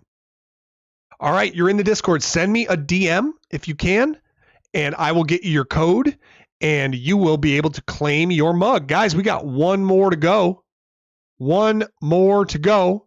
I'm going to give you all a chance. Mugonomics is all you needed. Everyone that's entered is going to stay entered, and we're going to choose another winner from the list that was already entered. Okay, we don't have to put in a new keyword. We got Space Chameleon, who's already a winner. Let me make sure they're out of this running here. I don't think they should. If it's unique winner, yeah, there you go, winner. So we don't need to enter anyone else. Everyone who's already entered, you don't have to type in anything else. If you entered a minute ago, you're still in. We got one more mug we're giving away. We're going to give it away in about 1 minute. Going to give everyone a last second chance to type in Mugonomics, Muganomics, if you want to get into a drawing. Only about 27 folks in there, so you got a pretty good chance of walking away with a mug if you would like to. Space Chameleon, send me a DM on Discord if you want to collect your code to order yourself a mug. You're one of us now. You're one of us, Michael. I can't believe my own brother, a GD sucking vampire. Wait until mom finds out. All right. Excuse me. Big prize next week. Chaos is already previewing. Can't wait to see what that's going to be. All right, guys. Congrats. Big time. All right. One more for the mug. Guys, 10, 9, 8, 7, 6, 5, 4, 3, 2, 1. One more winner for the mug, and it is Brunoni 79. Oh my goodness gracious. What a snipe. Brunoni, congratulations, dude. Get yourself a mug for that beautiful mug of yours. I know that you're in the chat because you never freaking shut up. You know what I mean? Thank you, man. Appreciate it. I'm glad that you are rewarded with such an item. Send me a DM in the Discord and I will get you your code. Guys, 5 items given away courtesy of awesome viewers, members, supporters of the channel that have sponsored these items to go to you guys. They did this out of the kindness of their heart to celebrate 100 games finished, 15,000 subscribers, years spent enjoying each other's company, having some laughs and some smiles. which can't go understated. You're in the club, my friend Brunoni. Thank you so much. And who do I got a mug to mug? Apparently you did it. Guys, we're going to do 5 more giveaways at least next week. So make sure that you are here. We're going to try to do it again on Tuesday night, I believe, because athletically, my son now is going to have commitments on Thursday night. Wednesday and Thursday night. So it's looking like Tuesday nights going forward. And we will make sure to do that for the next stream. And as you saw earlier, we might even have a handsome guest who is dropping the Discord link on us right there in case you're not in there. Brunoni and Space Chameleon, hope you enjoy your items once you send me a DM, and we will make sure that we get you your codes. And from there, our 5 giveaways are done. Guys, let's wrap up the first half of the list, and then we will wrap that thing next week as we go through. All right, back to the list. And what number did we leave off at? We left off at number 42. This is going to be perfect. We're going to get right to number like 39, and then we're going to call it, and we'll do the top half next week. All right. Trillon. They are legends indeed. I totally agree, Alex. Okay. Number 42. Iconic puzzle game might be, I think that's accurate. I think it's an iconic puzzle game. It's, just like any puzzle game, I think it's a bit repetitive, but the PvP is absolutely fire. And I didn't even realize the thing had 3 endings. Dr. Mario. Number 42, solid game. Even if it's simple, even if it's kind of repetitive in some way, it's challenging enough that going through level 20 on high speed is a good challenge. Chaos, come on, dropping in 5 more gifties. Maybe you just sit there for a while. Rain Chaos, Rabid Dog, does it matter? I think it does. Twinkie God catching one as well. And did I miss one in here? No, we've got also Something has caught a membership. Dude, thank you.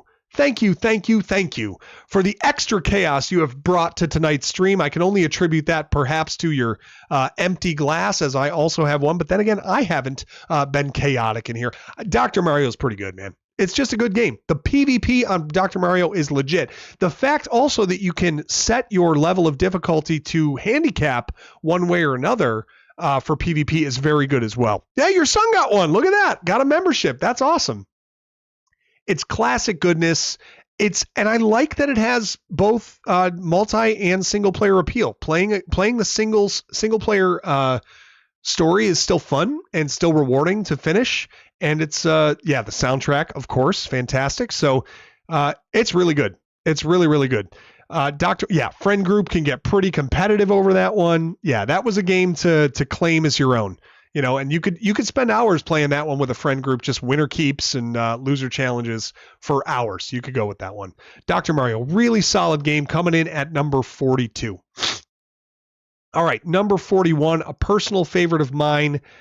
Really for the NES, it's really between like 2 companies generally. It's between Konami and Capcom for like these solid games that are always coming out. And this one happens to be of the former.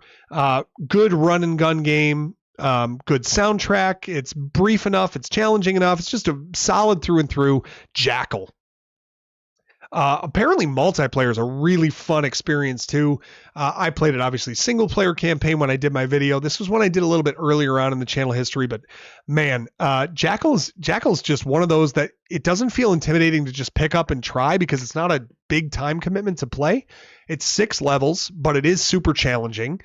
And you can get through like the first 4 probably with relative ease, and then it really ramps up the difficulty in the last 2. So even if you can get through a bit of it, it kind of hooks you in, and then it beats you down in the last part. But it's a good challenge. I don't think it takes away from the experience. I think it adds to it. Great soundtrack, good controls. It's smooth. Just a lot of fun playing Jackal. I like I always love a game that rewards you with extra lives for either point milestones or other milestones. This one has that. So there's some strategy and, earning the good amount of points to help your chances of beating it. I like that. Just Jackal's solid through and through. Number 41 on our list. All right, we have made it to the top 40, like Casey Kasem always used to broadcast about. And if you get that reference, you're going to want to take your Ben Gay. We're up to another Konami game, though, and another shoot 'em up game for Konami. The sequel to one of my favorites, or maybe my favorite of all time, Super C. I thought in certain aspects it was better than Contra, but there were certain aspects of it that were just I don't know, they weren't quite the same. The top down levels were fine, but I didn't like them as much as necessarily like base 1 and 2 from Contra.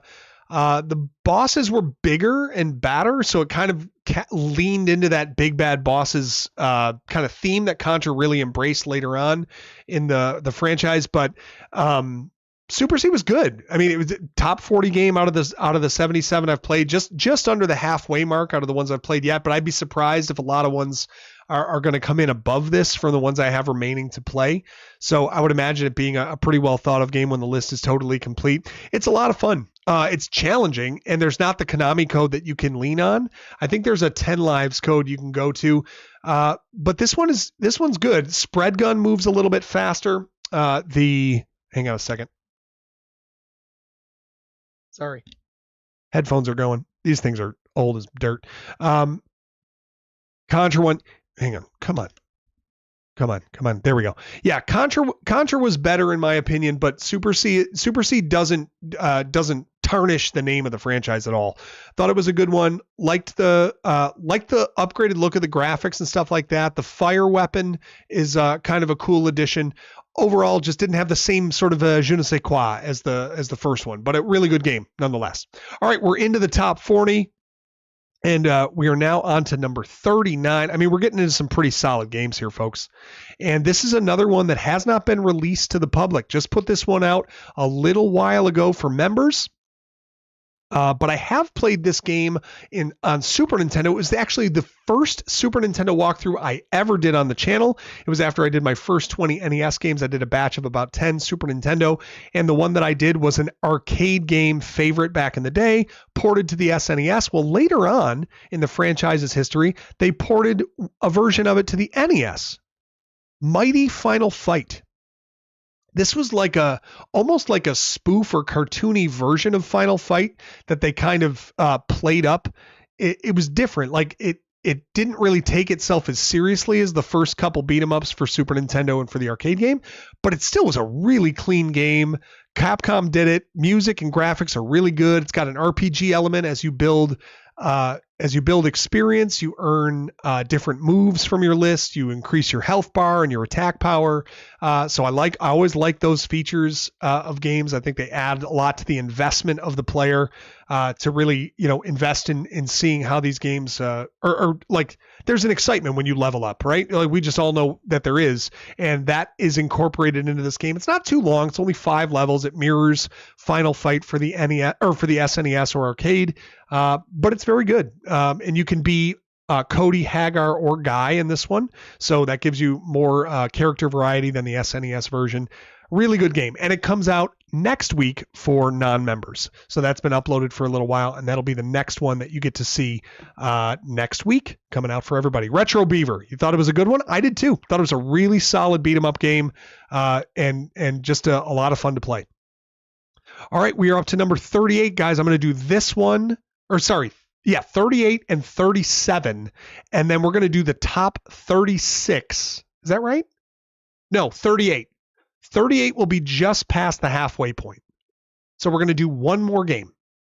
And then next week, we're going to do the top 37. So every game that you've seen on my channel that I have not mentioned is a top 37 game. And this one coming in at number 38 was one that I was just pleasantly surprised by when I played it. This was one I think I played on a stream to get used to and then recorded a video of it. I want to say Star Fox loved the soundtrack of this. I know Aaron loved this one. It was played early on in my list of videos that I was going through, and it was just good. Different platformer, like beat 'em up-ish. Styanax. A really just the environments and the graphics are really detailed. The soundtrack is a banger. The cutscenes are very good. I think I said it in the video. It feels like a never-ending story type of tale, but it works. It carries, and the cutscenes are very good. I think they tried to lean into like the Ninja Gaiden cutscene style, and it worked just fine. Playing up those stories in between the levels. It's a really challenging game. There are a couple of stages that are really tough. There's some unique level or weapon leveling as well. So it's like your weapon, you have a melee weapon that you can use that you can level up a certain way, but you also have magic that you can use to level up as well. And they don't always level up the same. So if you level up your melee weapon, it actually might decrease your magic. And then if you level up your melee weapon again, it might increase your magic. So it's not, there are different times you want to have your weapon at different levels for different parts based on what you're using. Yeah, Diamond in the Rough, a really good game, sleeper soundtrack. Yeah, it's got a lot of great aspects. And it was, Joseph Stroop played this for the first time in arcade recently. Yeah, it was an arcade game. I didn't realize that before, but man, it ports to the NES really well. Main bad guy, Skeletor. Yep, exactly, Jeff. Well, actually, that was the second guy. That was the right-hand man, was Skeletor, because the wizard himself was kind of like a almost similar to how a Steinax looked. It was very close. Yeah, last one for tonight, Drew T. But this is we're into like we're now into games that are like good games. These are games you want to play, and if you're going to be an NES enthusiast, you're going to, I would say anything from really like 40, even 50 up, probably. Maybe not 50.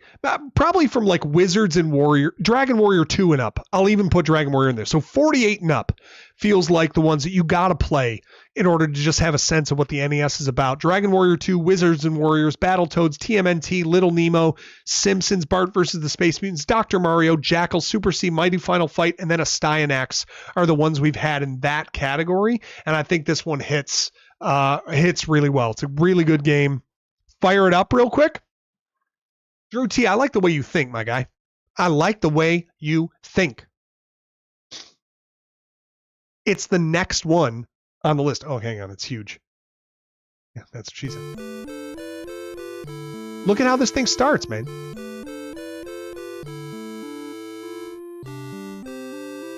It launches right into a cutscene.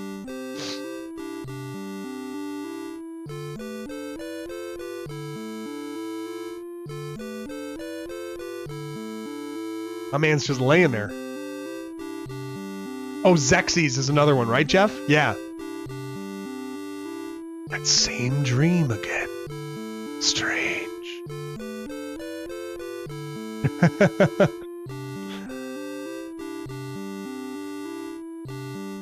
Look at this thing. Deep story so far. Oh, game volume's a little low, Greg?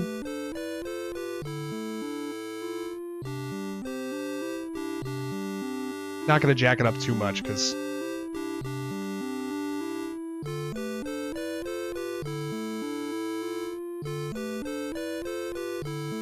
yeah, right? Like, look at the graphics of this.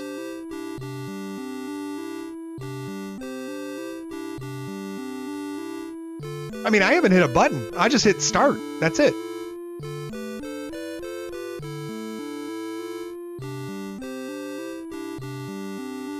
We'll give like one level and then we'll call it a night.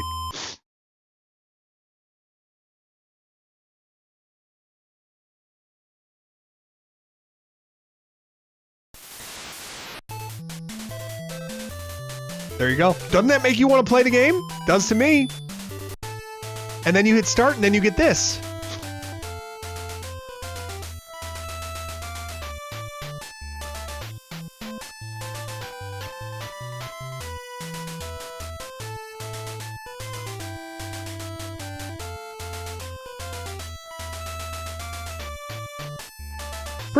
Pretty good graphics on this thing, man. And the music, yeah, it's going. Yeah, I know, Jeff, right?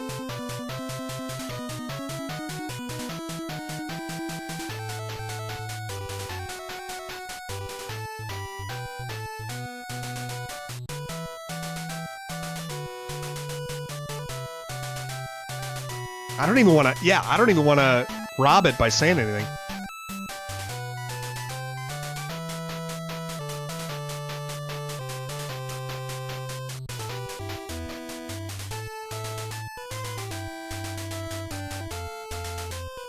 Music's a banger. Blackhorn, that's his name.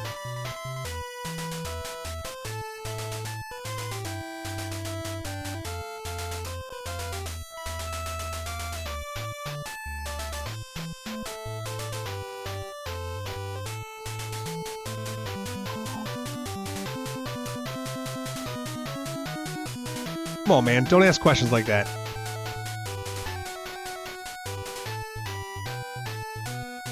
Do or do not. I mean, I haven't even pressed a button yet.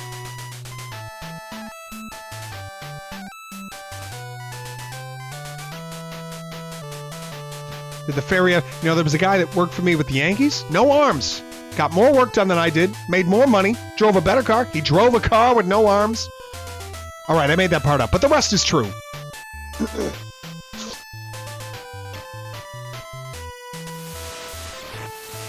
Yo, Matt Rat, take it easy, man. Congrats on the win.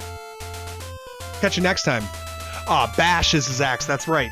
So you get all this. This really amps you up to be a part of the game, right? Like you get all this backstory, and it's like pumping you up to get through it.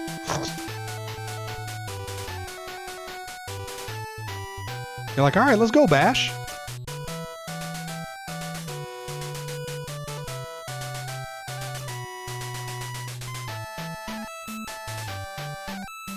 Take that axe, bro. I haven't played this in a while, but let's see if I got a little muscle memory to get through one. All right, so if I remember correctly, you got a power meter at the top that is your attack power. Oh, yeah. That's right. These stupid skulls. So, oh yeah, up and B. That is your magic if you want to use that. And then you bash these things. That increases my power. Because the power that I have stored in my axe is, these stupid things. I hate these. Oh gosh.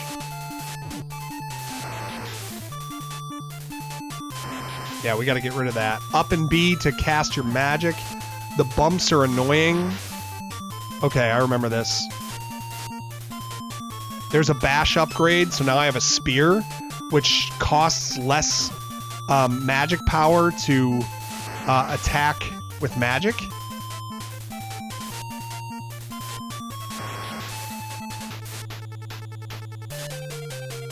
I remember this, yeah. Ooh, red. That's good. Some life. There we go. Oh, wait a minute. Oh, that's right. You can pause and change your spell, too. I forget what all of them do, but I only need this one for now.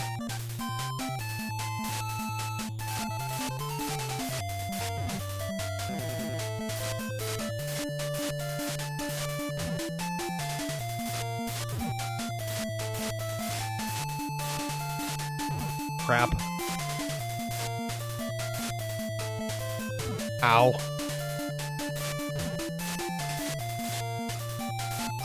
What the? What the? I forget how to fight this loser. Do I gotta start at the beginning again?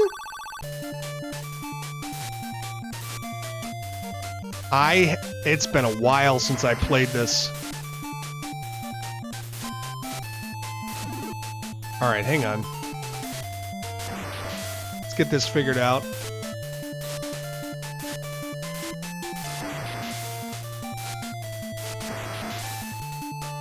Because now I'm invested. Oh gosh.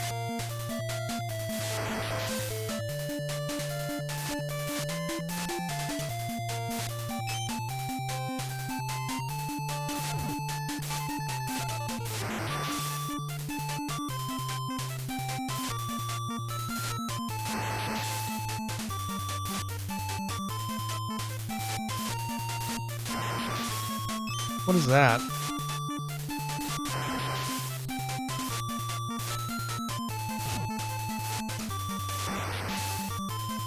I mean, I hate this thing.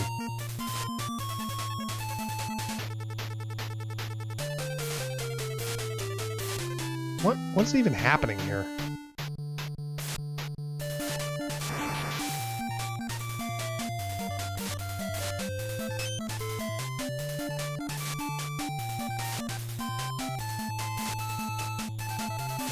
This is awful. Come here, you stupid. There we go.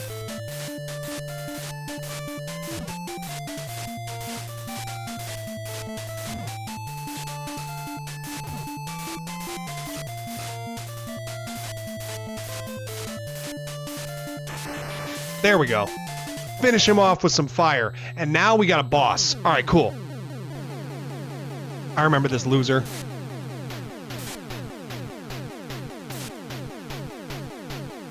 Yeah, I remember that dork. He does the circle head move.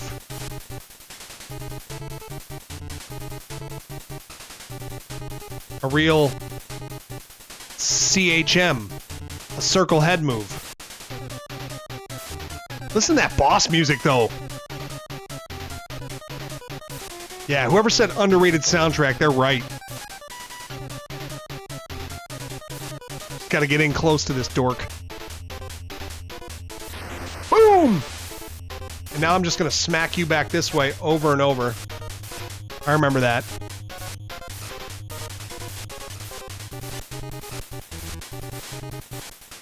Come on, idiot.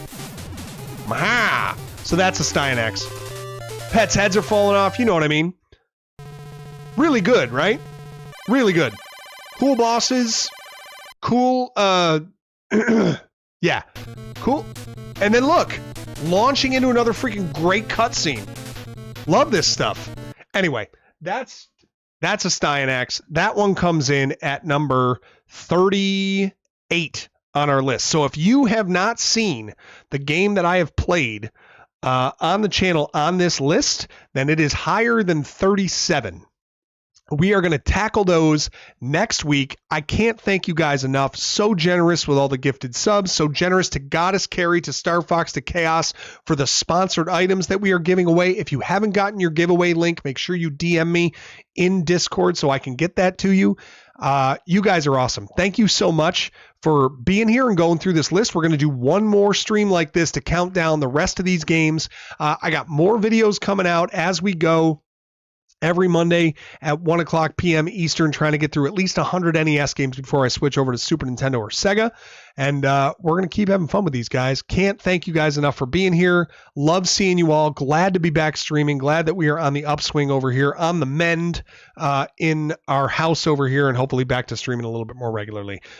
Much love to all of you. It is past my bedtime, and I'm going to go ahead and make sure that I get some sleep tonight because the kids are back at school and I got to be up early to get them ready.